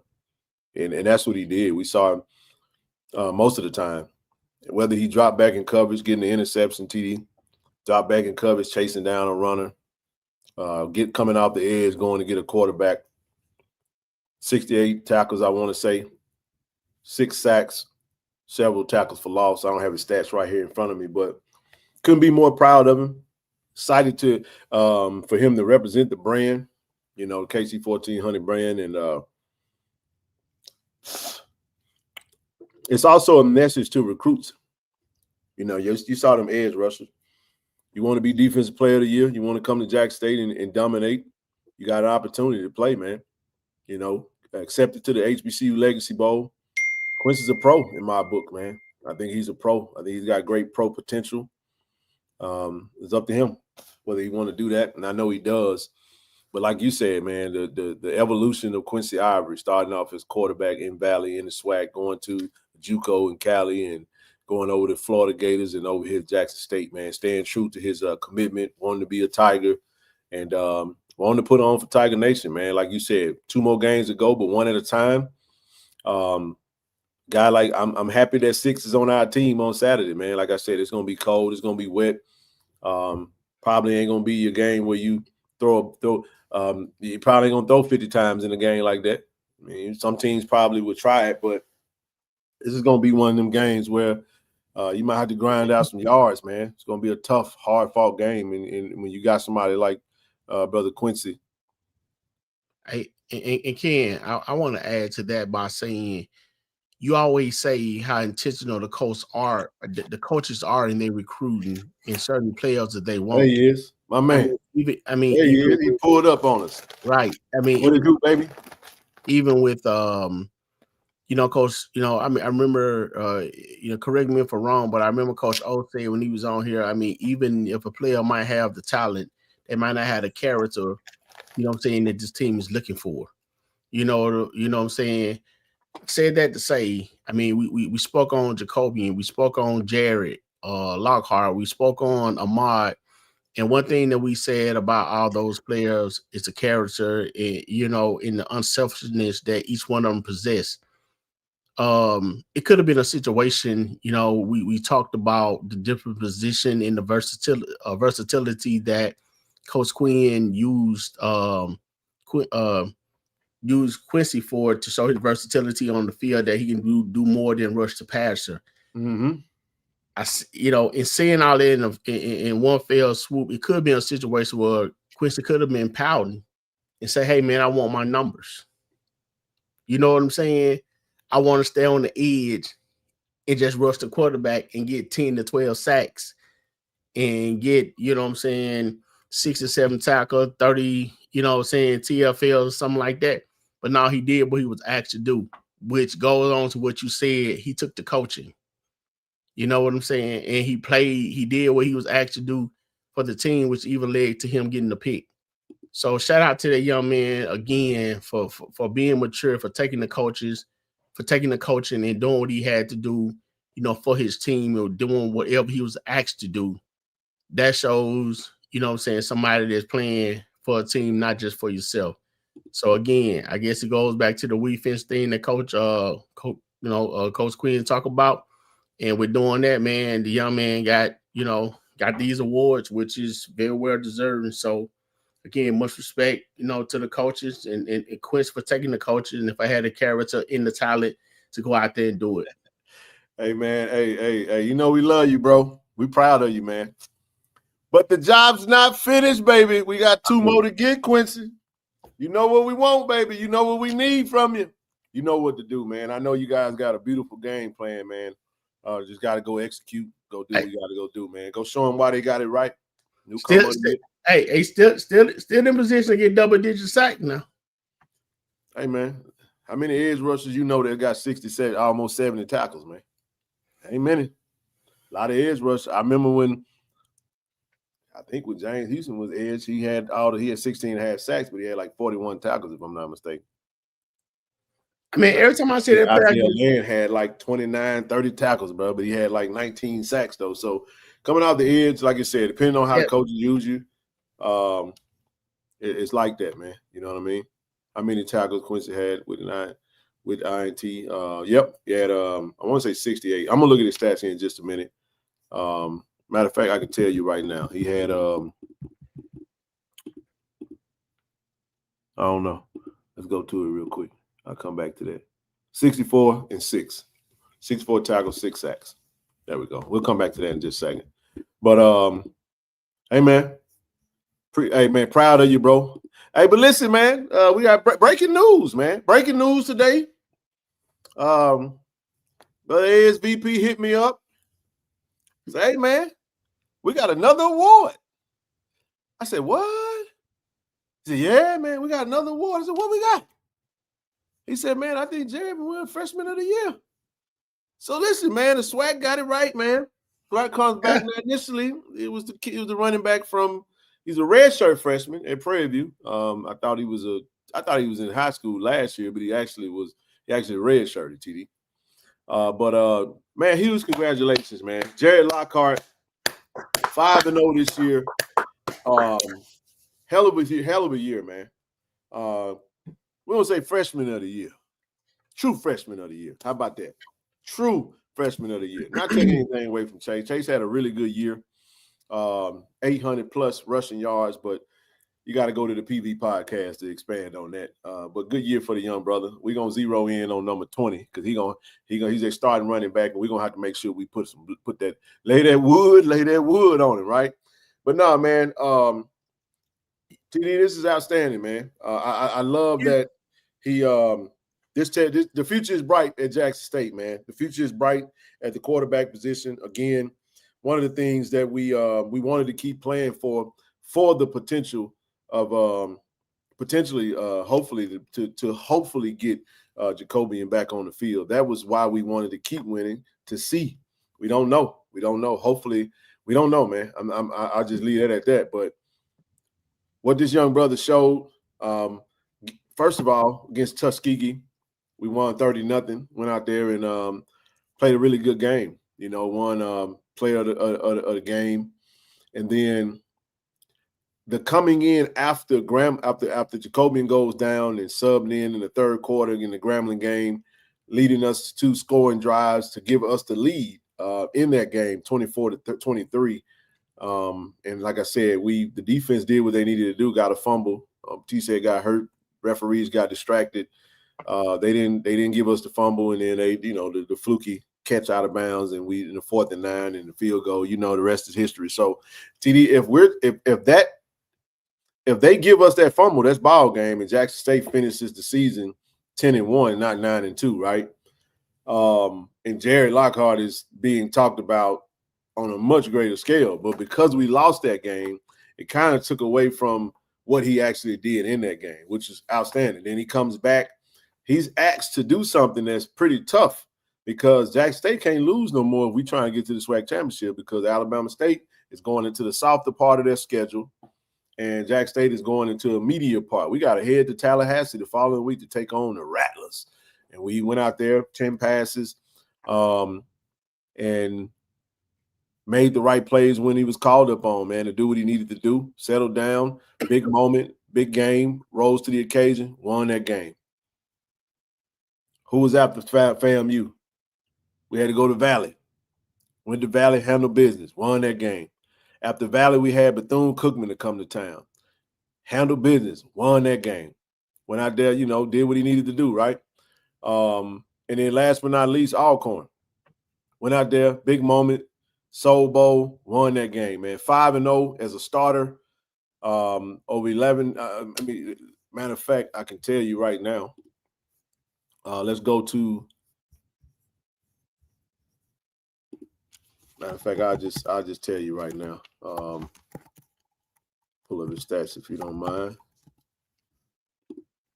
So when you go to 1,052 yards, 7 touchdowns, a QBR rating of 172, 68% passing, 7 passing touchdowns, 2 rushing touchdowns. 4 rushing touchdowns. My mistake. So a total of what's that one? 11. So over 1,200 total yards, 11 touchdowns, 2 INTs, sacked 5 times, 172 passer rating, man, as a true freshman. And he helped to lead Jackson State to the SWAC championship in the absence of Jacoby Morgan, who was the starter. So hell of a year by Jared, man. And like I said, the future is absolutely bright. This is something that was sprung on us the last couple of hours before the show. So I'll yield for a second and let you speak to that, and then I'll come back to it. And but we want to say congratulations to Jared, man. This is good stuff, man. Really good stuff. I mean, congratulations, Jared. I mean, it's. I knew that the young man had the talent from the first time I saw him. I mean, when I saw the first time I met him was at the mini camp. And I watch people where they carry themselves, the way they speak. It's a whole bunch of stuff that I just watch. And you remember I came back on screen talking about the young man and the way that he carried himself. Charlotte in the building. What's up, brother Bernardo? Go ahead. So I knew coming in, unfortunately, Jacobian went down. But I didn't doubt that any quarterback that was on the team, could not step in the role and, keep us going. But I knew we had probably the best chance with Lockhart. Because it seemed like the moment don't really get too big for him. It's like he's built for that. I about to say earlier, I don't ever think I really seen him get rattled. I think I see him get on himself one time by maybe making a bad decision, a bad throw or something, but he quickly let that go. When you play in sports, especially like the quarterback position, you got to be quick to let interception and mistakes go. Just get back on the field and play, and that's what he did. And that goes to again having just first of all, just having great raw talent, and then having someone who could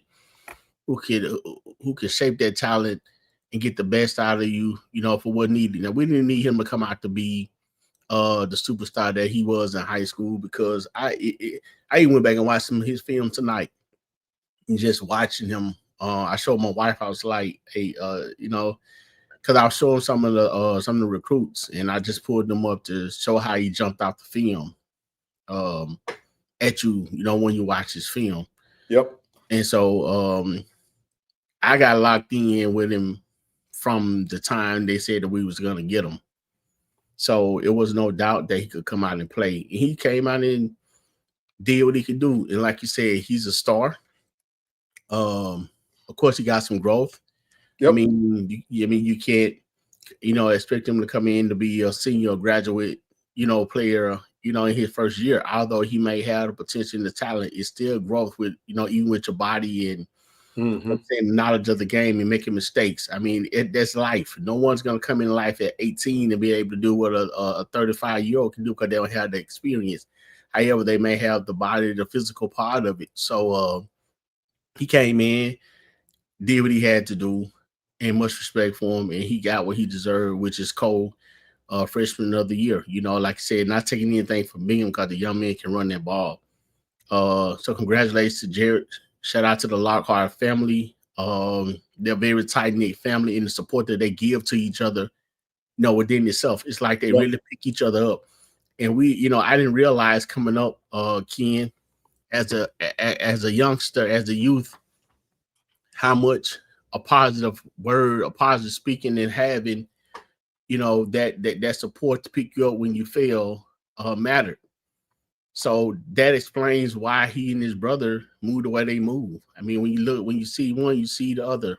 As far as Mr. Lockhart and their mom. So shout out to them for doing their thing. Again, congratulations to Jared. Looking forward to see what the future brings, brother. Yeah, I think it's future's bright for sure. Very well said. Great family, like you stated. Several conversations with brother Lockhart, his dad, and mom, brothers. We're excited. We're gonna talk about his brother that'll be joining him a little later in the show. Today is National Signing Day, early signing day today. But like you said, man, very well said. Very supportive, man. Always at every game. And a lot of miles, man. A lot of commitment to this game and making sure that he have the support that he need. The tough, the truth. They're very honest with him. They don't make a mistake. You tell him you made a mistake, or let him know where he needs to improve at. But one of the things that I want to highlight with Jared, man, Jared got in late. Jared got in summer, man. Mm-hmm. So what we're seeing is just raw talent, you know what I mean? And we're seeing the coaches do, like you said, a fantastic job of bringing him along and him being able to catch on a lot quicker. Could you imagine, barring no injuries or no health setbacks or anything like that, what a full off season could look like for a young man with this type of talent, right? And I'm not sugarcoating nothing, man. You saw him when he got on the field just like everybody else had. Big kid, 6'5", 6'6", almost, big arm. And like you said, TD, he when you look at him and his brother, they're in great shape, right? Father being a nutritionist, and very particular about, nutrition and diet and fitness. But like my dad always said, he ain't got his grown man bones yet. You know what I'm saying? Right. He still got some filling out to do. From 18 to 21, I expect him to look totally different. What I don't want to see change is that jersey. I want that jersey to still have Jack State on it, right? And they locked in. We locked in with the Lockharts, man, and we appreciate them, man. It's been a beautiful story to witness their support along with. I love it, TD, because it's almost like you see the family, you see the tight knit family with Jacoby, and then it's almost like an heir apparent, right? And you see that same support group, and it's not just with them; it's with a lot of these young men that got their families that are very supportive, like Brother Miller, who's there, mom and dad pulling up to these games, and I love that, man. That's why local recruiting matters. Now, Jared being from Charlotte. It's pretty cool. We got a great alumni chapter over in Charlotte. Shout out to all of those. KJ, I know you in Charlotte now. You know what I'm saying? I know Brother Bernardo, Miss Timona, Miss Senya, Brother Jerome Brooks. It's a lot of them over there. We coming to Charlotte this year, by the way. I must say, hey, there we go. There go Mama Lockhart in the chat right there, man. Thank you all. JSU is a blessing to this family. We are blessed to be a part of this culture. I've never experienced anything like JSU. There's nothing like the JSU experience. Hey, I ain't got to say nothing. We can end the show right there. I tried to done told y'all. Mama, appreciate you. It means a lot. I don't think I have to add much to that, TD. You won't come only thing we can add, and I'm gonna keep saying this. You, Coach Taylor, Coach O often talk about they vet their players. Yep. Regardless of the talent that you have, if you don't fit the culture, to fit the culture, baby. If they're looking for it, it don't work. I mean, when you talk about local, I mean, we talk about families and support, man. You look at Jacoby, he have a whole section, team everywhere, man. You be like, golly, I mean, what we doing? Big old family, man. Hours, I mean, what we talking about? You know what I'm saying? Family, yeah, I mean, and like you say, it's not only Jacobian family. It's not only the Lockharts, man. It's not only the Millers. I mean, it's a character of the player. And these young men can play. I mean, you got Cam Silent and his folks. I mean, locally, Jeremiah. I mean, come on now. It's what it is, bro. And shout out to Coach Rogers, Marcus. What's up, baby? Yeah, man. Right, It's a big family, bro. It's we even with some of these freshmen that committed to that sign today, TD, they talked about the atmosphere, man, the culture, man, the Jacksons. It's not for everybody. So we even got an alternator that had to move over Levi. But Levi had to come and support his son, man. He had to, had to take out the purple and gold and come down and support his son. Shout out to Levi, man. Levi fed us good down on the reservation too, man. We appreciate you, big bro. Hey, no doubt, man. Yeah, man. It was all good. Hey, what I'm saying is what I'm saying is Tiger Nation, man, be excited. Be appreciative, man, for what the coaches are doing, man, and support, man. Join that collective, man. Get on in there, man. We're gonna do everything we can to take care of these young men and women that's at J.R. Lynch, 1400 J.R. Lynch Street, and we want to pour into them, and we need your support to do that, man. So, again, congratulations to Jared. Hey, Mama Lockhart, good to see you. Appreciate you as always. Tell Pops I said what up. Can't wait to see you guys in a day or so, a couple of days. I know you guys will be there and watching us, do what we about to do to Prairie View. So, but nevertheless, man, congratulations again. This is a doozy. I haven't been on the internet to see people yapping about it because I'm pretty sure some folks probably got some opinions that we don't really care about. Right. and let's not entertain everything someone. Mama Lockhart, stay off those other shows. Nothing but AK love over here. Oh yeah. People hate Jack State, man. I listen. I ain't no hater because I'm happy with what I don't have the energy to hate on you. I just say the hell with you and keep it moving. But I don't get it, But I like the seat that we sit in. I like being on the JSU side, Hey, Ken, you said something earlier that I didn't realize that I did, and what that was when you say y'all barely won. Pop Light Brown. When you say y'all barely won, I'm guilty of telling somebody they barely won because I didn't like their team. So that's a true statement. When you say, hey, well, man, y'all barely won. We won. That's all that matters.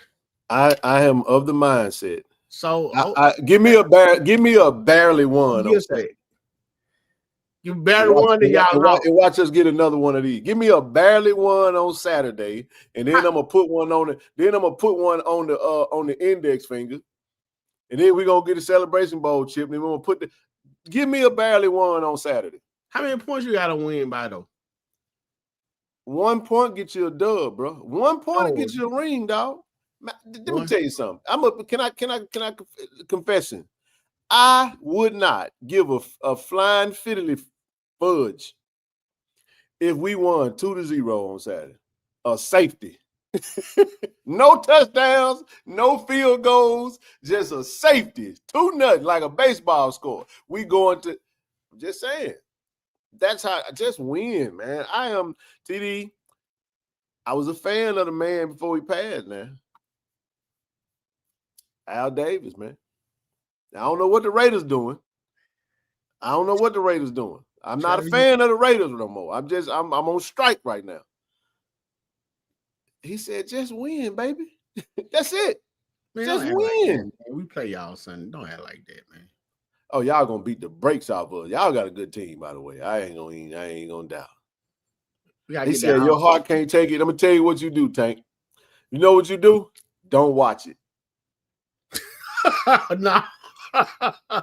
Just keep up with it keep up with it on your cell phone. I understand the jitters, though. I understand because the players have jitters. Even on the highest level, you have jitters. You kind of nervous. You kind of scared. That's crazy, right there. I can't wait to see Jason. Jason gonna be. That's the real star right there, man. That's my boy right there, man. Little Jason, man. Jason's gonna be that dude. Say that's a soccer score. Listen, man, a safety and look, defense win championships, man. I just told y'all we got the best defensive player in the league now. Do I need to put it back up there again? I'm just saying, defense win championships now. And they say they got the best defense, so we're gonna see. I say they ain't ran across them Tigers yet. I hope they stay in that 3-man front, but anyway. We'll come back to it. We're gonna talk football. TD, it was signing day today, man. We want to welcome some new Tigers. We're gonna welcome some new Tigers today. They put the name on the dotted line. We did lose a commit. We lost the big old ugly looking dude. The big dude. Not that came out wrong. Sorry, but I apologize about that. That was wrong. Not the big old ugly dude, but I'm saying the big guy that we was excited about. We lost. I said it that way because that's how he was looking on the photo. My fault, bro. That's my bad. Yeah, just going with it. We signed who now? Yeah, we're gonna stick to that. Yeah, who signed? I'm trying to shake back over here, man. My bad, man. It just. I'm sorry, man. My fault. You know what? I had a chance. Hey, I will say this though. I don't know where you're gonna start, but I think his name is Never mind. It just omit that. It's okay. Huh? It's all right. I'm gonna start right here. We're gonna start with Brother Lockhart. How about that? Go for it. Let's start right there, man. Listen, Big Nat, that's what I was trying to say, man. I said listen, I wasn't talking about the young brother's look. I because what I'm talking about, I said he get real ugly in the trenches. That's what I was trying to say. So I said the big ugly looking dude, but I'm talking about the way he played the game. He ugly the game up in the middle of the defense. That's honest. I'm not making it up because we said that. So anyway, hey man, we got some players signed on the dotted line. We want to welcome brother Jaden Lockhart. Jaden, another coming in from Charlotte, North Carolina, the brother of Jared Lockhart, wide receiver.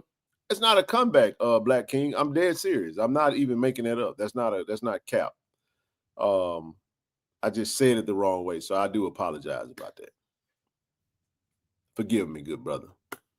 Blame my mouth, not my heart. And Wildrekus Johnson. All right. So we got a big safety, big DB. Jaden Lockhart, wide receiver. I think a big time pickup for us, man. TD, give me your thoughts, man. You can commit, but these young men signed on the dotted line today. My expectation is they signed today. They will be at Jackson State in January, in the spring, to go through spring ball. Oh, we've already talked about them. We don't have to spend too much time being redundant because I do want to talk about the PV game, but I just wanted to show. You want to make a quick mention of brother Jaden and Wildrekus because we got 8 that we're gonna touch on.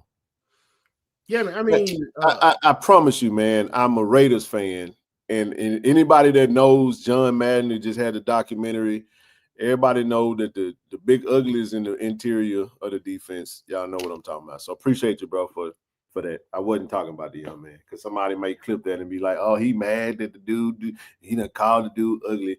I'm being serious when I say that because I wouldn't dare disrespect a young man like that. But go ahead. I mean, well, we already talked about Jaden and the speed and stuff that he brings to the game. Glad that he get a chance to play, with his brother. I don't think they ever had a chance to play together. So definitely looking forward to see, what kind of chemistry they have on the field. Far as what is it? Wildrekus Johnson? Call him Dreek. He goes by the name of Dreek. Dreek Johnson, man. Yeah, man. I like that kid, man. 6'3", 205, TD. Last time we had a safety that was 6'3", 205. I mean, he's a good country boy. I mean, you know what I'm saying? I think he came out of way of was East Central Community College, man, but for being from DCC over in the Golden Triangle, in the city of Decatur. Had a chance to watch. I like the way he played. Physical, very smart. physical. And and he a ball hawk, so he'll go get the ball. So this is a great catch. As far as signing him. Looking forward to seeing him on the field. I mean, at 6'3", 205, you know what I'm saying? DB. What when you say DB? Big safeties, man. Big safety. Yeah. Definitely can rock with him, man. Great pickup. Big pickup, man. Hey, listen. Hey, Sammy. We want to welcome Sammy Dunn, man. Another quarterback. let me tell you something. I'm really excited about both of these pickups, TD. One of the things that we did talk about in one of the previous shows is that teams that win, there is a direct correlation with high school recruiting. Even though our coaches have, like I said, they have a beautiful coaching strategy, man, recruiting strategy, and how they attack the roster management, man. It's a work of art when you really take a look at it. They hit their metrics, they hit their numbers. Sammy just won. They just beat the #1 team in Mobile. I think Blue. That's what Blue told me. When we had him on the Tiger Talk interview, he did say that he get a chance to go back and play against that team to get a win. Love his poise in the pocket. Viger High School, Dr. Doom, Mobile, Alabama. Y'all know, everybody know Viger, man. Viger is a powerhouse over there. It's a big-time program in Mobile, and he's a major reason that they are playing in the championship game, TD. So big-time pickup for him, man. I love it because even with we just talked about Jared and the future being bright, you still got to have depth in the room because anything can happen. So Sammy, I think his skill set translate very well to the college level. Gonna get him in, get him stronger, TD, and continue to develop him up. But I think, and I'll say this, I saw Miss Ty. Shout out to Miss Ty from Alabama A&M. She was like, "How in the world did Alabama State and Alabama A&M let this young man get out of Alabama?"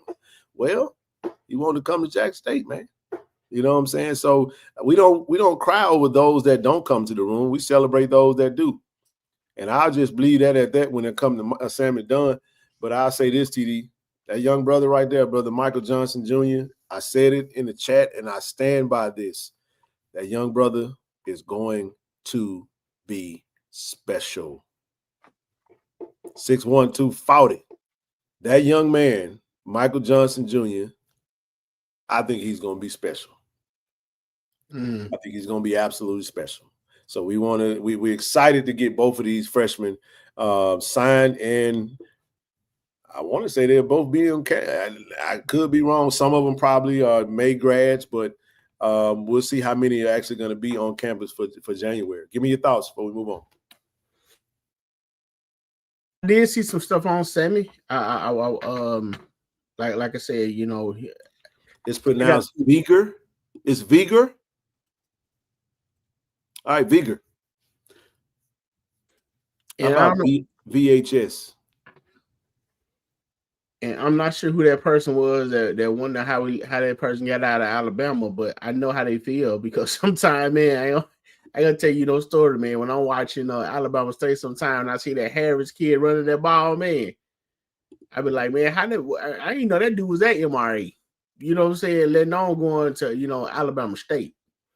So I know what they mean by letting the player get out, say, especially if they're an impactful player. So looking forward to getting the young man on campus. I'm pretty sure they're gonna develop him, develop him the way he needs to be. If the coaches want him, they signed him. Apparently, he got what it takes. To get it done. You can't go wrong with an edge rusher. You know what I'm saying? 6'1", 240. I ain't gonna say he's gonna start, but I'm gonna say he's gonna see that field. Who are you referring to? To like the edge rush? Hey man, I just got some. By the way, I just got some correction. It's Viger.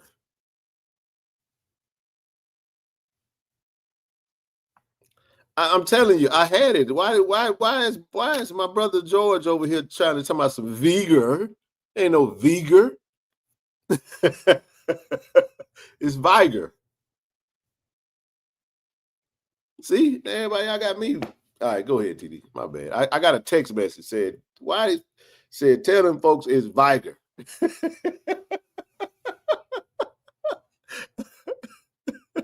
All right, man, my bad. Go ahead. Yeah, man. Watching Mike on some of the things that he do, man. I like the way he very explosive. He got a quick first step. He powerful. With his step, he come with bad intentions once he get to you. So I guess sometimes I don't know if he's gonna stand up or come down in 3-4 point stand. I'm not sure, but either way it goes, I see he got power. And he quick split the gap. So I'm pretty sure once he get in with Coach Jack and the Coach Vancy, they'll work with him a little more with the young room that we already have in. Looking forward to see what the young man gonna do. Hey, what up, Quinn? That's your guy right there, man. Go ahead. That little young man right there gonna get out of there. Dog, bro. I'm telling y'all, man. I got an eye for talent, and our coaches do as well. When you watch the film on these young men, you can kind of see. I love high school kids anyway, because one of the things that's happened in this transfer portal era, you get these teams that get transfer portal happy.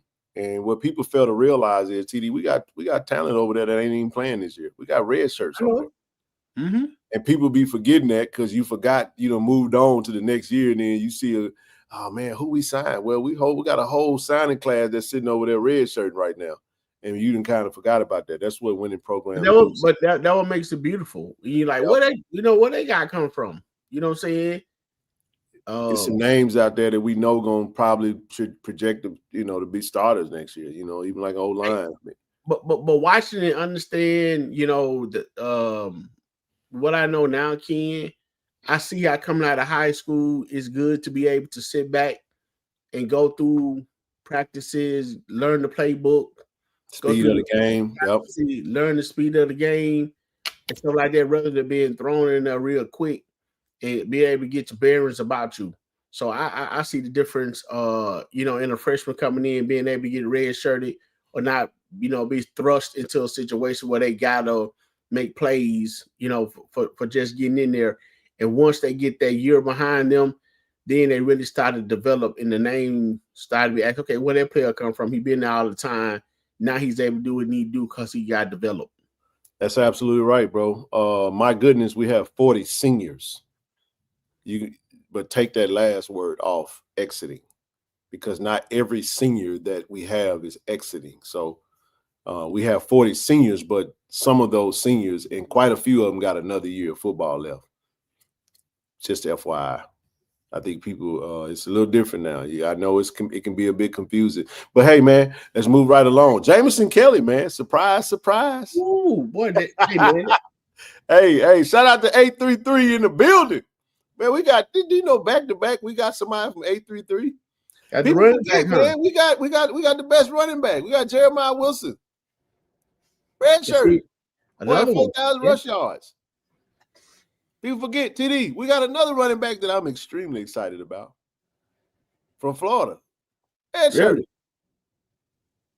Gonna be a dog. I mean, I'm telling you, we got talent over there that's just sitting on ice. And y'all, man, listen, y'all better sign up. Nate Blunt, come on, man. We got some talent over there, man. For sure. So Jamison Kelly, man, big time pickup, man. Jamison Kelly, man. Shout out to Tommy Kelly over there with what he's doing at Pops over there, dominating over there at 833, 5'11", 183. This kid here does everything. I know they got cornerback by his name, TD. You could have just put athlete. Plays running back, wildcat quarterback, wide receiver, safety, linebacker, DB, play everything. Kick return, everything. I think, is this the one that said related to Coach Kelly? That's his son, bro. Oh. He can play every position, man. Every position. Big time talent, man. Big time talent. Tell you who put me in the mind frame of, bro. What's that? Tim Stewart. Tim Stewart, hey, that was a strong dude, strong safety. Remember Tim Stewart in high school? Tim Stewart did everything. Shout out to Hazelhurst, D. Corey in the house. They did a little bit of everything. Like 2 or 3 straight state championship, didn't they? I'm just saying. This kid right here this is how you stack talent, man. You just go get good players and put them in the room and let them figure it out where they're gonna be. He like that. I agree. Jamison Kelly is like that. I love to see the JPS talent coming in. We got more kids coming in from JPS in the greater Jackson area, man. But another 833 player, good teams with good players, staying right at home, coming to Jackson State. Gotta love it, man. Your family can come and see you. Absolutely. Daddy, if y'all don't know what daddy is, Big Tommy Kelly, man. Class of 2000. Played football at Mississippi State, Oakland Raiders. Not, you played for New England, didn't he? Played for New England as well. Yep. But man, listen, the next up, man, Chad. Hey, man, Golden Triangle, Noxubee County High School, another big offensive lineman, TD 6'5", 290, 3-star Chad Wyndham. You know what, man? That's that little cat I used to see at the gym, and they ain't know who he was. That little cat. I'm talking about Kelly. Oh, you talking about James? Oh, okay. I used to see Coach Kelly. I didn't know who he was. I just saw him, working out. But okay, got it. Hey, now. Yeah, he is a Provine alum. Let me make sure I don't. Did you say I know that. Matter of fact, tell y'all a story, man. TD, I was at Chastain Middle School. What coach? Coach Lewis can vouch for this. So TD, 8th grade, we head over to Hardy. We finna play Hardy. And Justin Reed's on that team. Rest in peace to Jay Reed. And they were like, man, who the hell that big ass dude? Pardon my friend. I gotta say it that way. They were like, who that big ass dude is right there, man? That dude big as all get out. It was Tommy Kelly. For sure. That was they were twin towers, man. Big, man. We 8th grade, bro. This dude was big. I'm talking about super big in the 8th grade. And of course, he went on to play basketball at Provine. They played Provine, basketball. And did his thing, man. Yep, played on the state championship team. Look, man, I didn't even know that Tommy Kelly was a football player at first. We was deep into the basketball community, and then when I saw him put them pads on, I was like, oh, this dude is a monster. And then he went pro. It wasn't no shock to see him at Mississippi State after leaving Provine and dominating on the field. I want to say he was 99, if I'm not mistaken. I think Tommy Kelly was 99. I think I'm thinking about Justin Reed when we was. Was Tommy Kelly 99? I think Tommy Kelly was 99. Somebody put that in the chat, my Provine folk. I think he was 99 and Jay Reed was 2000. All right, he was 99. So my mistake. The story, it was Justin Reed that was in it. That was the big dude. But Tommy Kelly, I remember seeing Tommy Kelly at Provine. That's right. I remember seeing Tommy Kelly at Provine with Aaron Harper. Rest in peace, Aaron Harper. Pete, that was my teammate in baseball. Played. I didn't know that Pete was that good in basketball. And then TD, you had David Sanders. Then you had Marcus Terrell. Shucks, man, that team. Kamari Ballard, really Tory Ross. That team was deep, man. Ooh, Jameson Kelly reminds me of Cam Akers during the Clinton High School days. Oh, I gotta go. I hadn't seen it. I gotta watch that. Ooh, that's some big shoes right there. Come on. Ooh, wee. Hey, no, young man like that. I gotta go watch this film, man. I gotta watch the whole film. If you say that, hold that thought. I'll come back Saturday or one of these times. And we'll definitely revisit that. But I will say this. This young man right here put me in the mind of Bam. You know what? That boy right here can play. The offensive line, can play, man. Woo! Man. I love it, man. I'm telling you. Add to the stash, bro. We got a stash of offensive linemen, bro. And we're gonna lose. We lose Towns Blue this year. Towns Blue, and I think Cam James. We might lose Cam James, but I know. I from a starter, I think we just lose Town Blue. Muda. JUCO. Oh, yeah. Oh. Okay. Oh. That's it? Okay. Nice. Oh, wow. You see what I'm saying? And that boy been balling his butt off this year, too. Shout out to Muda, man. Yeah, man. Demetrius Smith doing his thing. But yeah, man. Next up, last but not least, man, 2 more. Hey, man, I like this young kid from St. Martin, Yusef Colden, 6'3", another 6'3", 200. Kind of remind you along the lines of Robert McDaniel. I ain't gonna put that on him. Hey, I want to know why you play so close to the edge. That's an edge rusher, man. Man, let me tell you something. You put that size on him, TD. He sure got the skill set. You know that's what they do at some of these big programs. They go get these kids with speed and technique, and then they just bulk them up. And you still don't. You might lose a little bit of speed when you add some of that muscle, but for the most part, if you fast, you fast, right? You got quick twitch, you got that.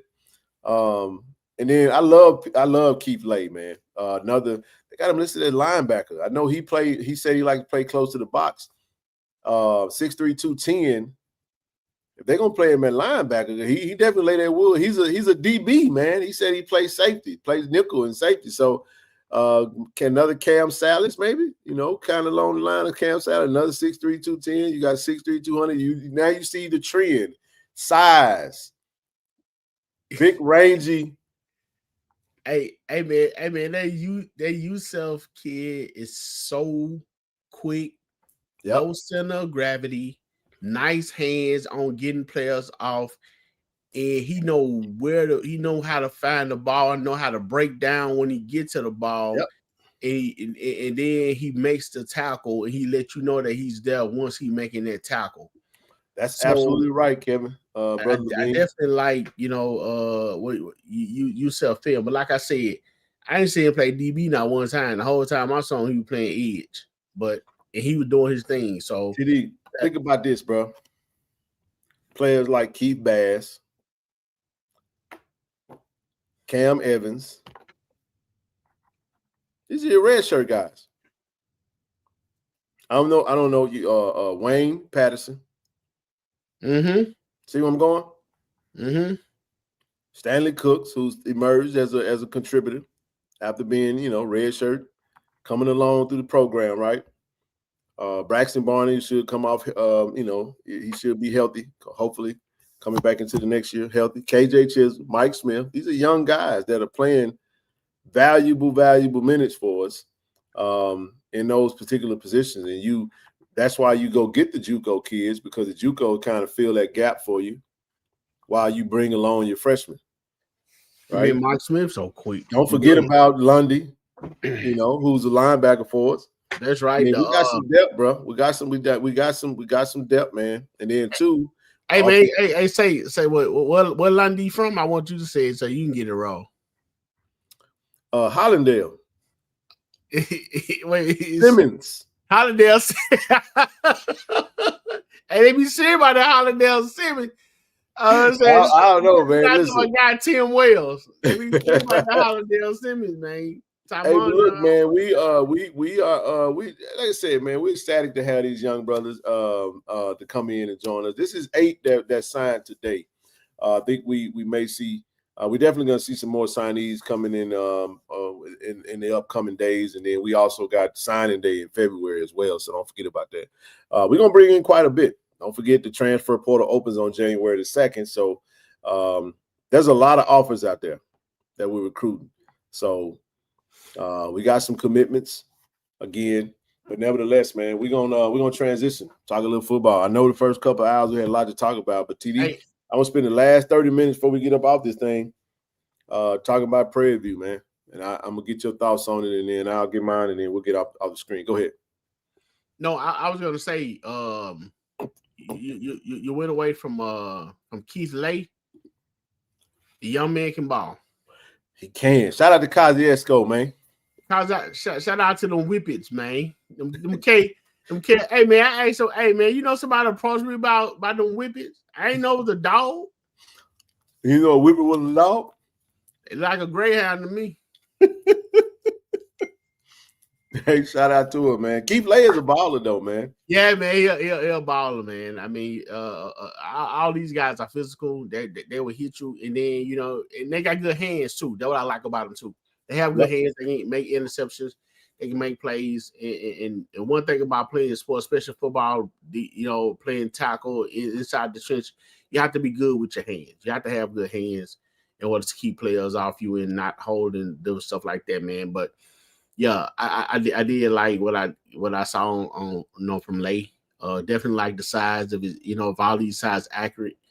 Man, great job of recruiting right now. So still got more to come, man. So just want to get a young man some props. You got it, bro. Let's get into it, man. SWAC championship game. Jackson State takes on Prairie View. Craig Haley had something to say about it, TD. Who? Exactly. FCS Optics work with Blue. Craig Haley. He gave his thoughts. Y'all want to check out his article, you can. This was his prediction, bro.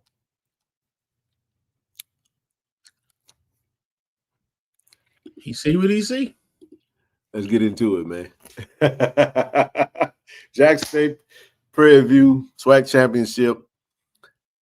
By the stats, man. You get a chance to watch some film, bro. Let's talk about it. Tell me what you saw. I've always said that I wasn't, even at the beginning, watching them play against Texas Southern at the beginning. Of course, even at the beginning of the season, I could say that, I never was really impressed, with them. I do respect, although he do a lot of other crazy antics and say stuff to go people. I always thought Coach Jackson did some interesting stuff, man. I know he's meaningful about what he's doing. He's very intentional about his team and his players. So when you look past all that man very serious about winning. I mean, that just it, period. And he wasn't the one that would try to win by any means necessary, whatever it takes. You know what I'm saying? I think the dude that interviewed with Corey C said that man pulled his mom out the stands if that would it take to win. So with that being said, man, they're gonna come into play. And I don't doubt that. I mean, regardless of how we look at it, they are the West, the champ in the SWAC, and they got to come to Jackson to play. On offense, I'll start with the line, man. They got a pretty solid line. They like them all. You know what I'm saying? They have the running backs for it. One thing about having running backs like they have, I think they got about 3. One thing about having running backs that only need daylight, a snippet of daylight to run the ball, it's an offensive line dream because you don't have to do much, especially if they have good vision. You get it, you lock up on your man, you move him left, right, push him a little bit, and your running back kind of do the rest. They have a strong offensive line. So, I mean, I'm not sure, what our scheme is going to be, but, we definitely got to come ready to play. They were playing a 2-quarterback system. You know what I'm saying? I see that they went away from that and pretty much let what's his name, Cam Peters. He has emerged, you know what I'm saying, as the quarterback. I always found it interesting that a quarterback would win number 21 anyway. I hate that.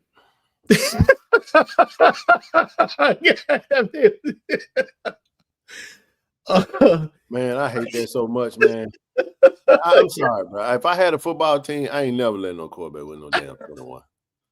And maybe for a game, if you honoring like a teammate or something, man, I ain't dog. We ain't doing that. Yeah, man. They look sorry. Yeah, I never understood that anyway, but hey, that's what they was doing. So I never just really I know, and Coach said at the beginning, Coach Jackson said at the beginning, it didn't matter. Say he got no problem with 2 quarterbacks since he going with whoever going to win, say who going to make it happen for them. But it seems as Cam has emerged, as the starting quarterback. And here's the thing, when you think about Cam, he kind of put me in the mind, I guess, just by size. We faced a lot of tall quarterback. What is his name? Tolbert, the guy from Alcorn. He was pretty tall. But Cam definitely put me in the mind somewhat of the quarterback that A&M had before he got injured. Quad Brown. Yeah. Kind of same style. And you know what I'm saying, with the thing with him being 6'4", we got to get him down. He's fast.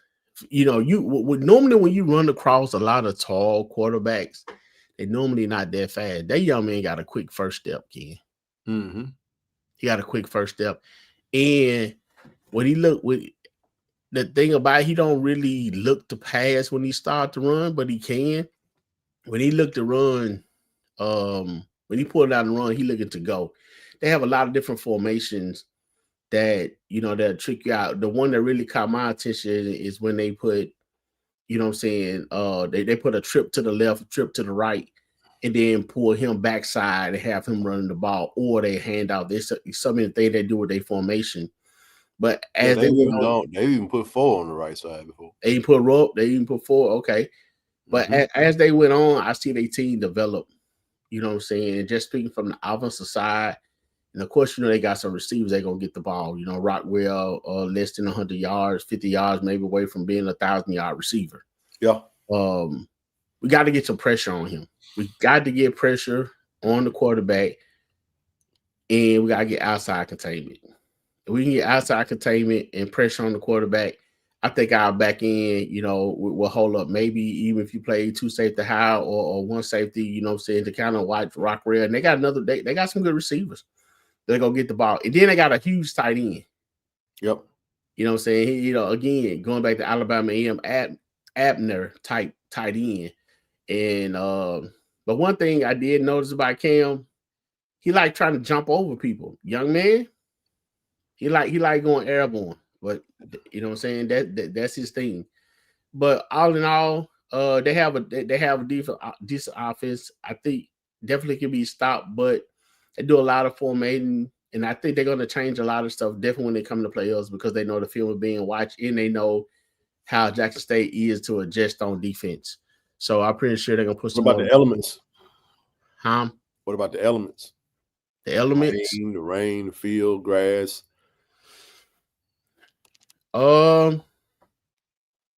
If it's wet, you know, they definitely gonna try to stick to the run game, which they don't have a problem with. They have a nice run game. You know what I'm saying? I think it'll be, you know, if they're gonna do that, then it'd probably be good if we had more men toward the line of scrimmage, being able to, you know, to watch that, because their offensive line can block pretty well and they get up to the second level. And I think, again, our linebacker, just like I said for Alabama State, our linebacker going to have to be key. And here's the thing with that, Ken. Once we get hands on these players, you know, once our athlete on defense get our hands on the man with the ball, we got to take them down. Can't allow them to shake, because once they shake us, then sometimes it'll be another man for another 5 yards, man. And you know, they allow you to pick up. It only takes 10 yards to pick up a first down. You pick up 10 of those, you know, you head to the end zone. So, definitely got to contain the edge, man. And the linebackers going to be key. Linebackers going to be key, Ken. Being able to run sideline to sideline to make sure that these guys stop. That's what I see, you know, offense. And they will go downfield on you. They'll throw the ball downfield. And like I said, they have Bingham and they have 2 more running backs that can, you know, that can run the ball pretty good along with the quarterback. Yep. So that's what I saw on offense. They got some big boys. What did you? I think you're spot on. One of the things I did notice is that I also looked at the games where they had issues. Styles make fights. You have to have the personnel to create problems for them. And I like our chances against them, because we actually, the stuff that is required to offset the things that they do well, TD, we have. You know what I mean? When you look at, we have the number 1 running defense in the conference, and that's running how we run. That's running the offense we run, the sets how they run it. Coach Quinn having a couple of weeks to prepare. I go back to, you know. I asked you a question about our run defense. Yep. And I noticed a lot that we hadn't just really allowed people to score and stuff like that. However, in critical downs, we tend to allow teams to get first down. Whether it's 3rd and 5, 3rd and 15, 4th and 1, 4th and 5. There's a few games where that has happened. Yeah, and sometimes Go ahead. Sometimes the quarterback, sometime, for example, Cam did some running on us, Bethune-Cookman. You know what I'm saying? So yeah, no, I'm with you on it. I mean, the objective is to, when you go back to our defense and with my conversation with coach, is to take away what you're trying to do. You know what I'm saying? Have we had some games where the games we talk about are the games where that does happen. We don't talk about the game when we dominate, and just when we dominate, we kind of quiet and we just kind of hide those games as if they didn't happen. And we tend to highlight the ones where it did. I think towards the back end of the season, it's just my assessment of the team. I felt like we were just trying to get to this game. Okay. Just survive, man. Just survive. We was in survival mode. Bend but don't break. Question for you. Yep. What was the most dominating defensive game we had this year? In your eyes? Linebackers, DBs. FAMU. I agree with you. Even though they gave up points, but that was because of us doing boneheaded stuff and giving up personal fouls that just led to points. True. You can say Valley. Valley was great, but except that right before the second half, right before the end of the half, it was going into halftime. But for the most part, we pretty much dominated FAMU. And that's what I expect. Because when you look at this team, I don't think they're a good team, man. They create adversity for the opposing teams. But again, when you go back and look at the Alabama State game, you got to turn. They turn the ball over. Obviously, it creates opportunities. You look at the Texas Southern game, was wet out there. It's a lot of games you look. I went and looked at the UT-RGV game. To try to see what was out there. I know we're not talking about the defense, but when it comes down to it, I think the biggest thing for us is going to be to take away their run and make the quarterback beat us with his arm. That's going to be the strategy. Like, we're going to take the run away from you. Right. Every defense in this conference don't have Jeremiah Williams, and then you get a second team pissed off Jeremiah Williams. I think I like my chances with zero in the middle, right?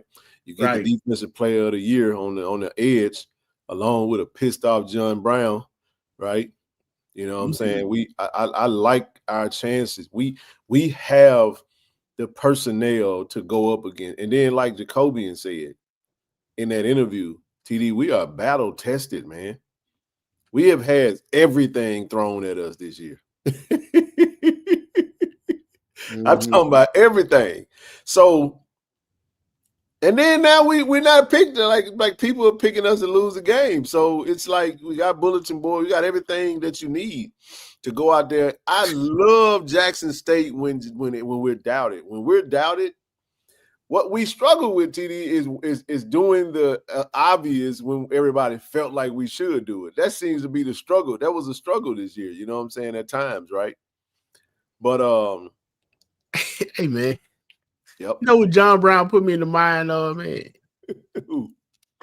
It ain't nobody. You ever had that fight with that one dude, or seen that one dude, you seen two dudes fight, you had one dude boxing, he jumped around like him and Muhammad Ali sticking in movie. The other dude just sitting there, just waiting on that one swing. When he finally get it in, he laying you all the way out. Come with that noise.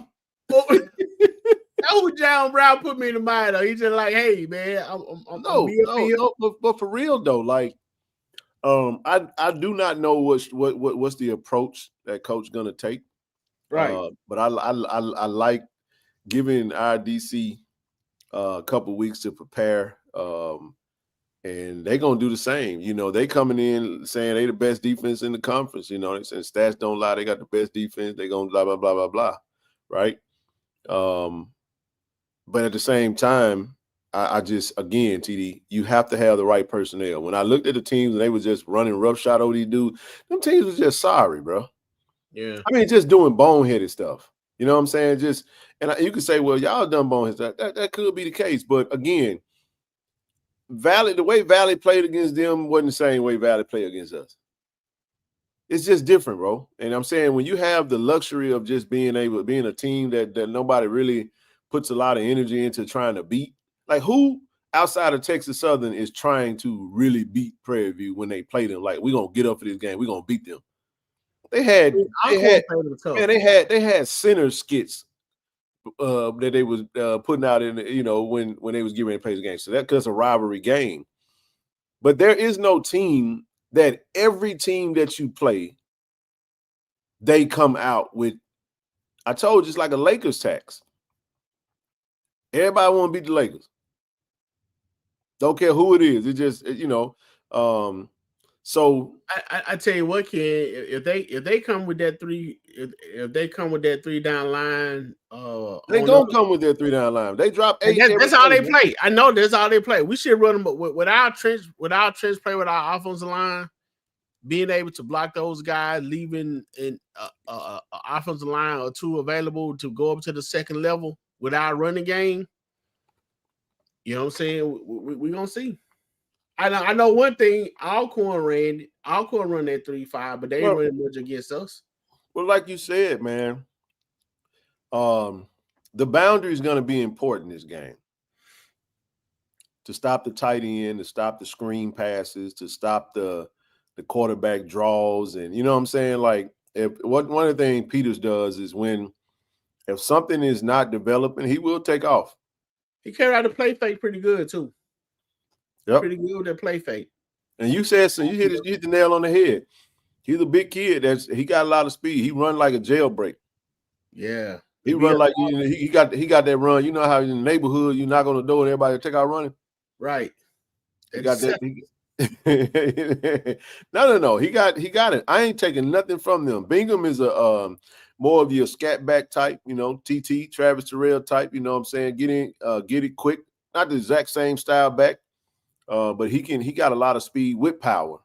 The other back is more of a physical back, number 23. He's definitely more of a physical back, but they got another back, I want to say 26 or 25, 24, something like that. But you're right, 3-headed monster at running back. Rockwell is a stud, man. 62 receptions, 959, 6 tugs. He catch everything that come his way. Peters that's his security blanket. When he get in trouble, he kind of throw it towards number 11, man, and hope that he come down with it. But I want to say, Colin, I don't think nobody has us as the underdog. I think that some people was giving their picks on who they felt like was going to win.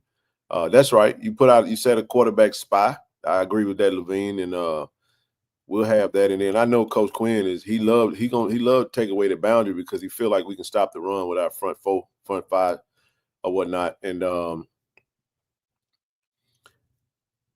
it's just I mean, at the end of the day, I don't see them. I just see they're a complete team, man. Mm-hmm.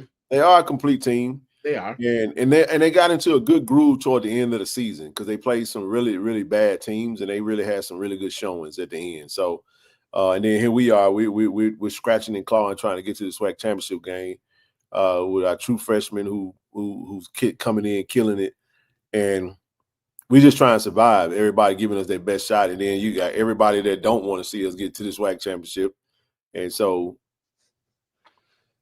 fluky things tend to happen. I think we can go out here now. TD, when you talk about defense, though, I think about versus our offense. I think that their defense plays into our favor. I don't think that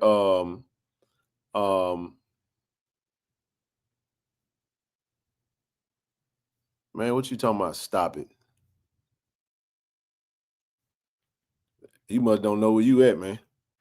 Yeah, it depends on what you're referring to. But Ken, that linebacker they got, is it Trevor? See, pause. KJ, I agree. When we talk football, I'm not finna just talk football. And one thing TD and I are not gonna do, we're not gonna delusion our way through talking the game. We're gonna do that. We're not gonna do that. We're gonna give folks their credit, you know what I'm saying? What credit is, man, take your ass on about your business. Fuck out of here. Care about no damn PV, and you neither. I ain't friendly, bro. So you might well you go back to where you came from. If you from PV, shut the hell up and just listen. We're not in it. I'm not in it. I don't engage. So take it how you want to take it. All right, let's move on. What's making that linebacker, Ken? Is it number 4? Number 4 is safety. That's Randall. Randall's a safety. He up around the line. He definitely played the way they play. They do a lot of 3 safety high. They do a lot of 3 safety, but again, 3-man front. Good luck. Got the best rushing attack versus the best defense. We see what happens. I like a 3-man front, and one of the things that they do about their 3-man front, TD, they do it to where they want their linebackers and safeties to come up and make those plays. The 3 up front, they got the personnel to do it, but it works because the objective for them is to drop 8. They drop 8 and make you have to play. They run a lot of zone, and they keep everything in front of them. You know what I'm saying? They put safeties high so you can't get behind them. They got a good defense. I'm not taking nothing from them. Their stats tell the story. But again, in looking at the film, in looking at what we're talking about, you have to have the right personnel to go up against it. They lost 3 games. Every time you look at the game, there's a consistent thing with each of those teams. Those teams are able to run the ball, right? Those teams are able to create adversity for their offense. Alcorn were running on them good. They ran the ball down their throat. Yeah. Should have won the game. And but then too, you got to like I said, we don't know what's gonna happen. We're just looking at style makes fights. This is a really good matchup for both teams to go out, and it's gonna come down to who comes to play the best at who has the best game plan and who creates the most adversity. I do feel like it's gonna be in the 40s, man, in the vet. On grass, and the field going to be wet. That is going to be a factor. How much so, I don't know. Do you feel like the ball can be yes, you can make some passing, but do you think they're going to throw the ball around a lot on Saturday? Any one of them? You think Prairie View going to try to pass the ball around a lot on Saturday? Not if it's raining and wet. It's a little harder to throw that ball.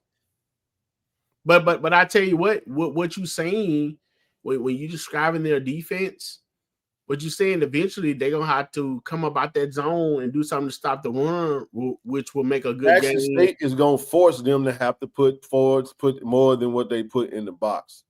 Which opened the door for Jamil and Nate.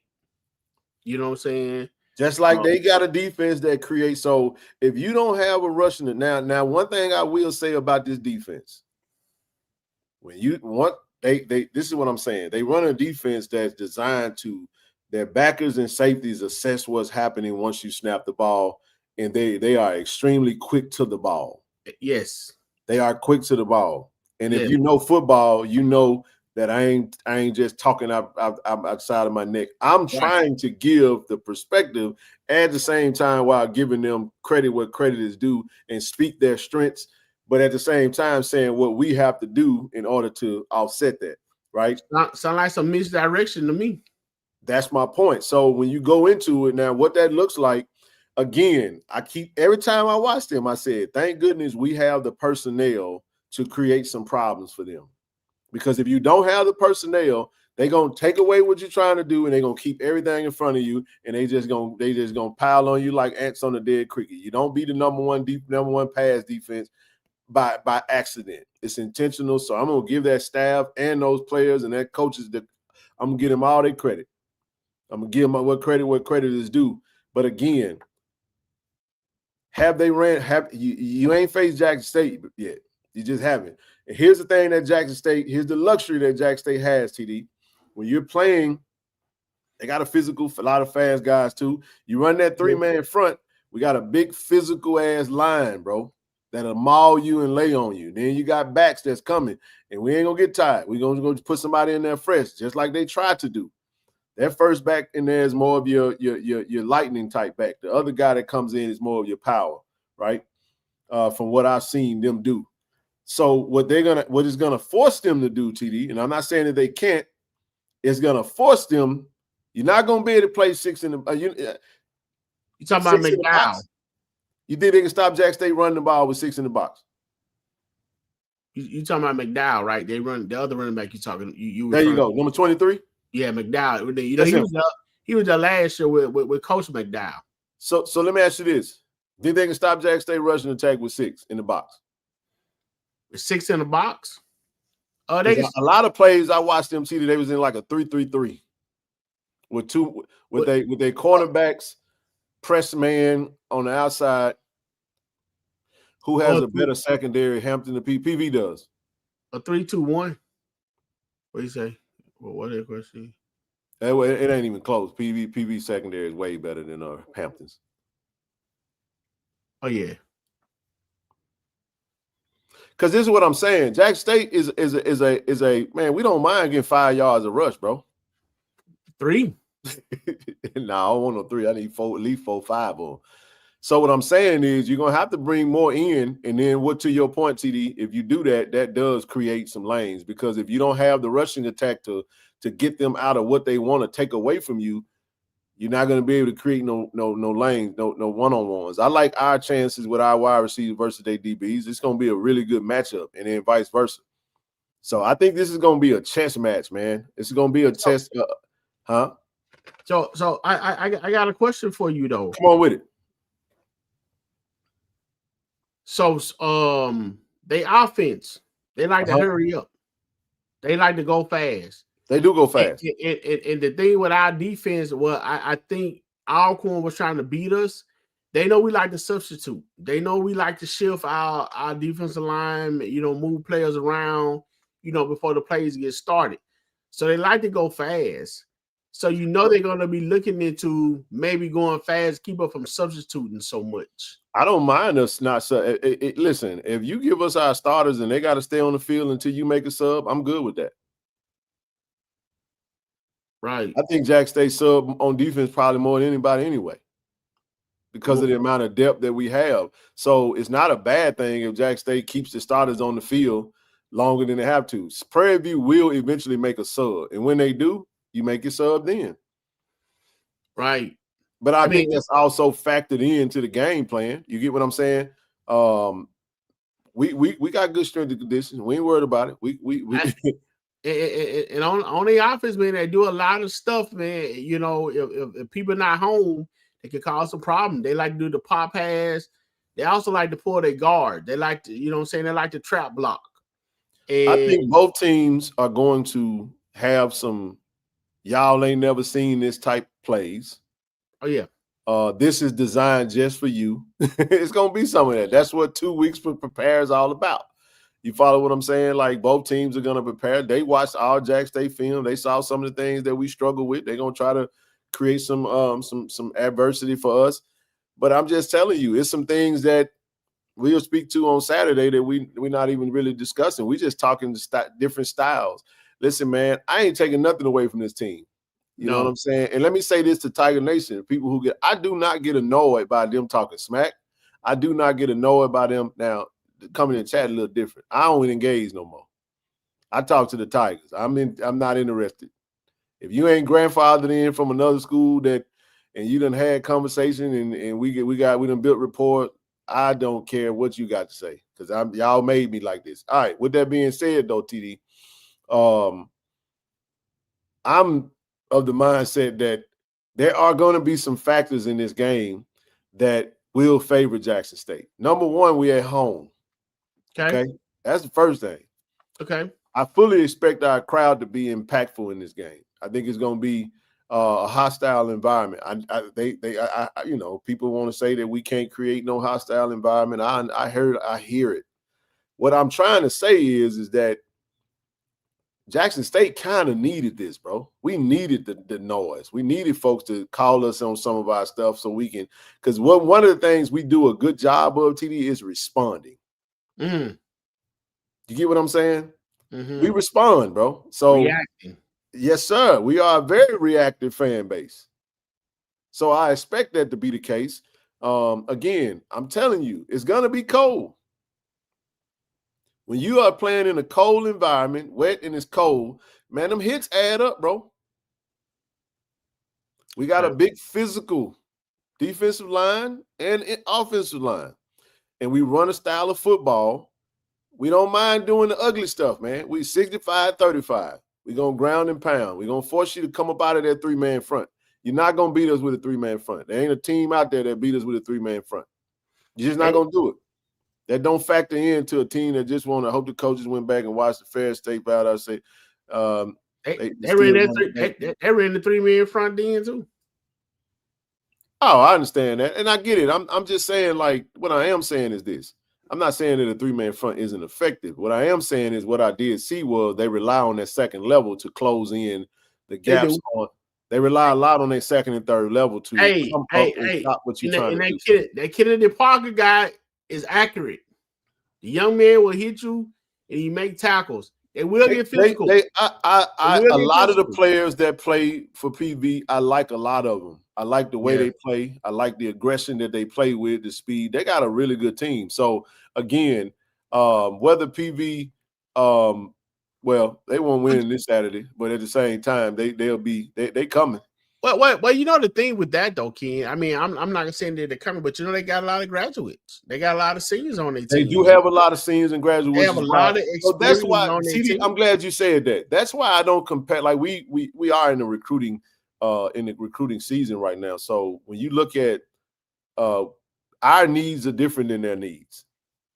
You see what I'm saying? So they're gonna recruit because they gotta basically rebuild. I ain't gonna say rebuild their roster. They got a lot of returning pieces. I didn't really dissect it like that, but they got a lot of upperclassmen, a lot of seniors, a lot of graduates, a lot of that good stuff. But good team, man.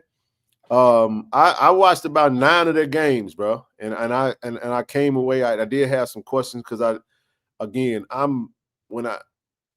put blinders on with how I play defense and how I like to see defense played. And I never just cared about any of that other stuff to even know all the concepts and really try to understand what I was seeing, TD. I did ask questions about it because I was like, damn, this is a little unique. And it worked for them because you have to, in order to run the defense that they are running to be so effective, they got the right personnel to run their defense. So Kenny, if you look at this comment right here, only thing I would say about that junior, the thing with them, they run like a 3-2-1. So 3-2-1? 3-2-1? Yeah. So a lot of times, so the way they level is they have 3 down linemen. Mm-hmm. Sometimes they have 2 linebackers. If they ain't careful, you might have a couple edge or so playing like this, and then you always have that. Sometimes they have that one guy that's standing behind the linebackers. Man. And you talking about in front of the safeties? Yes. I see what you mean. So yes. So that's what I mean when I say a lot of times they have 3 people high. It's almost like they playing safety. It's like it's like keep everything in front of you and rely on our ability to close the gaps. The only problem is when you got to pick your spots. I think it's going to be. Go ahead. Yeah. So this is the reason I acknowledge this. Yep. Basically, what they doing, they trying to take away everything that you're trying to do all at one time. They taking away the deep ball, taking away the slant, they're taking away the run. You know what I'm saying? They take away the dig route. Anything that you're trying to do, that's why they're doing that defense like that. So if you got a 3-2-1, that's stopping the slant, or as you would say, you know what I'm saying, the sluggo. You know what I'm saying? So everything they try to do. So they play 6 DBs. Huh? So they play 6 DBs. Yes. And that's what I'm saying. So you run them up out that thing. That's my point. Again, it goes back to what I initially said. You have to have the right personnel to make them change what they're trying to do. And fortunately for Jackson State, we have that personnel.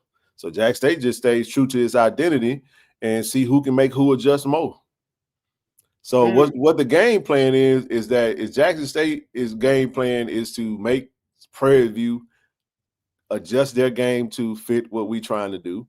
And Prairie View's game plan is to make Jackson State adjust to what we're trying to do. That's the game plan here. I'm telling you, styles make fights. 2 totally different styles, yet very similar in a lot of ways. You see what I'm saying? It's gonna be a fun game to watch, man. That's why people say it's gonna be very close. I don't have a score just yet. I'm gonna watch a little bit more football, but I'm excited, man. I expect to win this game because I think we're a better team. You know what I'm saying? I don't think that I'm not disrespecting their team. I just think top to bottom, through and through, we're more tried and tested. And then two, they ain't never been in no big game like this as a unit. I understand that when you're coaching it, you can coach the mental aspect of it to build your team up to prepare for that. But again, you still got to go into the game, into the moment, and still get it done. Not saying it can't happen. And I'm not saying, the point that I'm making is it didn't come easy for us. You know what I mean? So none of that matters though. It's one game for all the marbles on Saturday. You kick the ball off, and the objective is to stop you from getting 10 yards, get the ball and go score. That's what each team is trying to do. And it's Alabama State was the toughest defense that we played, and we ran almost 400 yards. I see the toughest defense we played, and we almost ran. You think that was the toughest defense we played? Shit, Alcorn was up there. Man, Alcorn was up there. I gotta give I left that game with respect for Alcorn. I said, damn, this Alcorn team way better. You heard the leather in that game, boy. You heard the pads popping. I'm telling you, like when you look at so I'm glad you listen, TD. When you go back and watch the Prairie View Alcorn game. Yeah. I'm telling you, styles make fights. And now one thing about this Prairie View team that we differ from is that they didn't play with their food, as some would say. We didn't, they shit. If they had an advantage, they milked it. And they were trying to bust the clock on your head. You know what I'm saying? We had some moments where we just, I don't know, took our foot off the gas, and we pulled back on Valley, man. We pulled back on a couple teams. Yeah, we pulled back on a couple teams. We did. And you can tell when the car started slowing down. Yep. And in some of those games when they had food out there, they was devouring it. So, that's why you had some of them big games that they scored some major points. But again, TD, this game gonna come down to who take care of the football more. This is definitely gonna be he who protects the football gives themselves the greatest chance to win. I know it's cliche, but my goodness, ball protection is gonna be primary. I ain't giving my keys to the game, but you can't lose possessions, man. You got to try your best to win the field position. We got to play good on all three levels of the game, and they 7-1 for a reason. Like I said. Hey, I say this, brother. I say these two things, man, and I'll let you have it. We done. Yeah. So what I will say this, and I don't normally say this, but one thing I give our credit, our coaches a lot of credit. I mean, of course, everybody have their different views and might not agree on everything, but it's their team. But one thing I will say about our coaches, man, when they come down to adjustment, even on offense, and they had this much time, their record is pretty doggone good. I mean, I'm serious. I mean, and to watch the intense movement, and and to the point that Coach Taylor have on his face, you know what I'm saying? And then you watch the coaches collaborate, whether it's Coach Manning and Coach Gallen talking. When you get to watching it, it's like a wheel. You can see their wheels turning. So I'm definitely, man, giving the edge up, with the experience from last year to and we've been disrespected, bro. Adversity that we going through. You know what I'm saying? I definitely think, And they've heard they hear everything too. They hear everything, see everything too. They hear they see the disrespect. They hear the chatter. Yep. And the last thing I'll say, can I get something from a special team? D. Corey C said that it was being held out to this game. I need something. I'm just saying. Corey kind of hey, TD. All I'm gonna say is if we get a special team touchdown, I'm giving all the credit to D. Corey C on the front end. I'm telling y'all right now. He said this is gonna be the game that we're gonna actually have. Remember, shout out to Isaiah Bolden, baby. Remember, 21. Just might see the same thing. I'm just saying. I don't know what's gonna happen. We don't know what's gonna happen, man. But no, man, I think it's gonna be a great game. This is a great game, and I expect us to win. And like I said, I'm telling you, I think Jack State has been, for the last few weeks, have been clamoring to get to this game. It didn't make no difference who was in it. We were going to show up and we was going to get the best game, play the best ball that we had, that we was going to display all year. I think we get a full, complete game from Jackson State. I think you're going to get a motivated bunch. You're going to see a disciplined team that's playing tough-nosed, hard-nosed football that want to prove a point. And every time Jackson State has wanted to prove a point and people doubted them, act like that somebody else was ready to take their cornbread, Jackson State show up and show you that we still Shaq Bullet, man. Because we know what it is. We know everybody's rooting against us. We know that already. Which is why I don't mind dropping the polls and I don't get concerned with all that. You're right. You're right. That's why I put up that whoever that dude was, you said, who? hey, they done made their picks. People picking the Panthers over the Tigers, man. And they not calling it an upset. They saying they just better than us. That's what they say. Okay. All right. All right. I like it. Now break down one more time what D. Curry said about the special team now. Said we're gonna have a special team touchdown. Oh, that what he said? Okay. Yeah. Okay. I said it against Alcorn. I said, man, we gonna get one today. He said, no, we're gonna be SWAC championship. Tell him. I said, I bet. Okay. Oh, that's how it came about. That's okay. He's like, now I'm telling you something, man. We're gonna be SWAC championship. Tell him, watch. Okay. Said, all right, okay. I hear you, big dog. But no, man. Like I said, man, this is we're gonna come back with now. Listen, Saturday we talking all football. We're gonna give you your game day hype. Go watch the games, man. Make sure you come with your scores. We're gonna give a great breakdown and a great preview on Saturday morning. TD, when I watched them with no emotions and no nothing, just assessing the team, and I was like, I want to give them all the credit for everything that they are before I even try to start putting them against Jackson State. And the more and more I looked at it, the more and more I thought about it, I was like, I like our chances. I like our chances a lot because I started seeing this is a good team, but some of they have weaknesses though.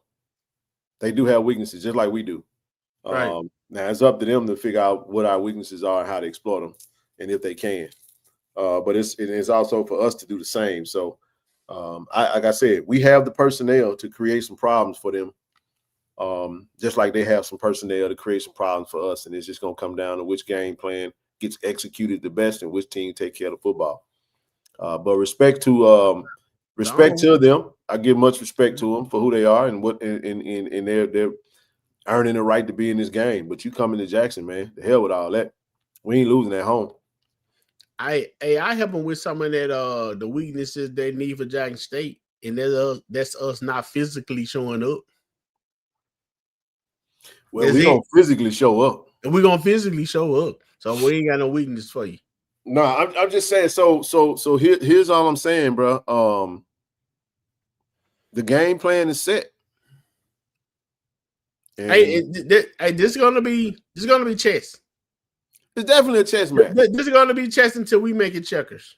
It's chess match, man. I get it. I'm anxious to see how our staff gonna come out. Because, like I said, we are going to win this game. Oh man, and let us not be remiss and just give Coach Quinn a happy birthday shout out, man.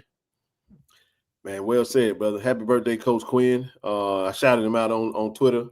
Yeah, I said I know he will own it. A heck of a birthday would be a dominant defensive performance. Yes, sir. That'd be a great gift. So defense, give Coach Quinn his excellent birthday gift, man. But now, man, it's been a pleasure. We had a lot to touch on, man. Sorry again for the delay, but appreciate everybody for rocking with us. You know what I'm saying? It's fun, man. I'll be in the Jack tomorrow, and don't forget, you guys, we got the Cat Head event. Don't forget. I did see some signups come through. Real quick, I'm going to throw this back up there real fast. Before y'all get up out of here, man, click that link, go to the website, go grab that Ahmad Miller t-shirt, man, that 1,000-yard t-shirt. The pre-order is going to go through Monday, so follow us on social. We'll keep posting it out there, keep putting it out there. Y'all keep pushing it, keep sharing it on your socials, encouraging any and all Tigers to get active. Listen, T, one last thing I got before we go, man. We talked about it in the chat. I'm going to put it out there.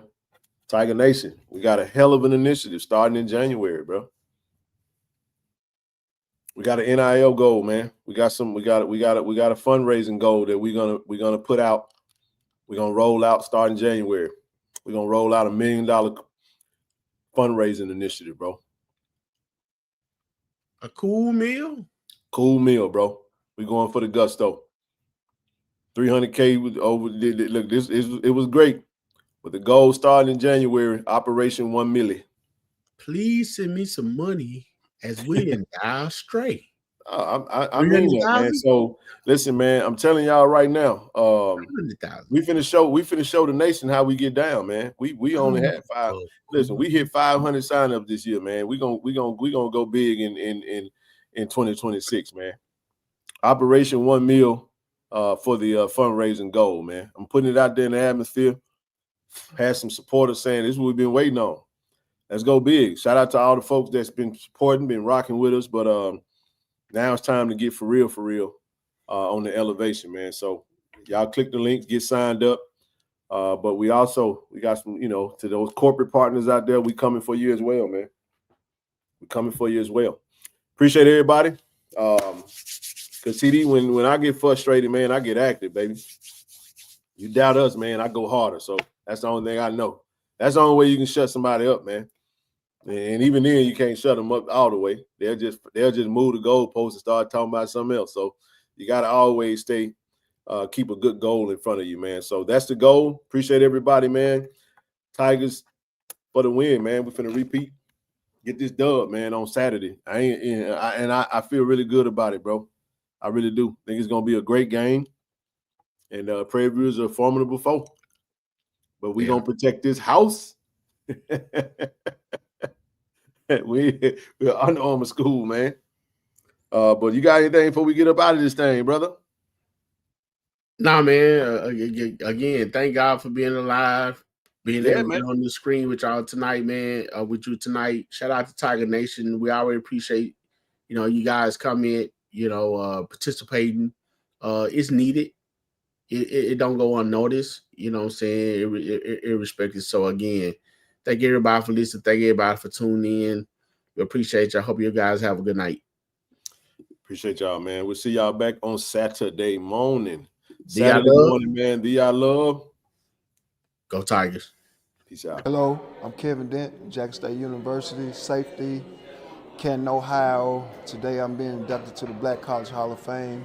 I want to give a shout out to KC-1400 Media Group for giving me this platform to introduce me to this stage. I'd like to thank them, thank Jackson State, and Jackson State family. Go Tigers. Jackson State, Jackson State. Go in the yard, baby. I love. Go JSU football.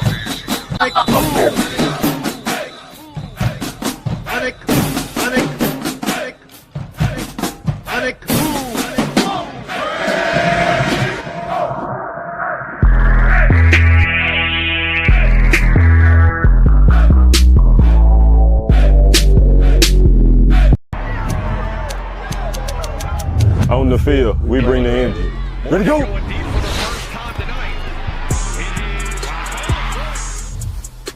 Off the field, I build my brand. At Jackson State, we make it happen. Stats tell one story, my brand tells another. This is Jackson State. This is family. This is the KC-1400 Collective. Tiger Nation, we need each of you to join the movement. Be the team behind the team. Support our NIL collective. Get signed up today. Visit www.KC1400collective.com. Be our love. Go Tigers.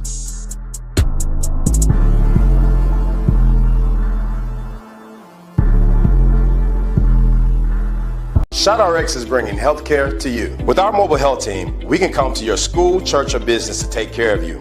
We offer childhood immunizations, COVID and flu vaccinations, physicals, and much more. Don't put your health off. Welcome to Care and Compassion. Welcome to ShotRx. Hey, this True Thompson. True, you gotta get a word for Tiger Nation, man. I love y'all. Tiger Nation. Do y'all love? Go Tigers, baby. Appreciate you.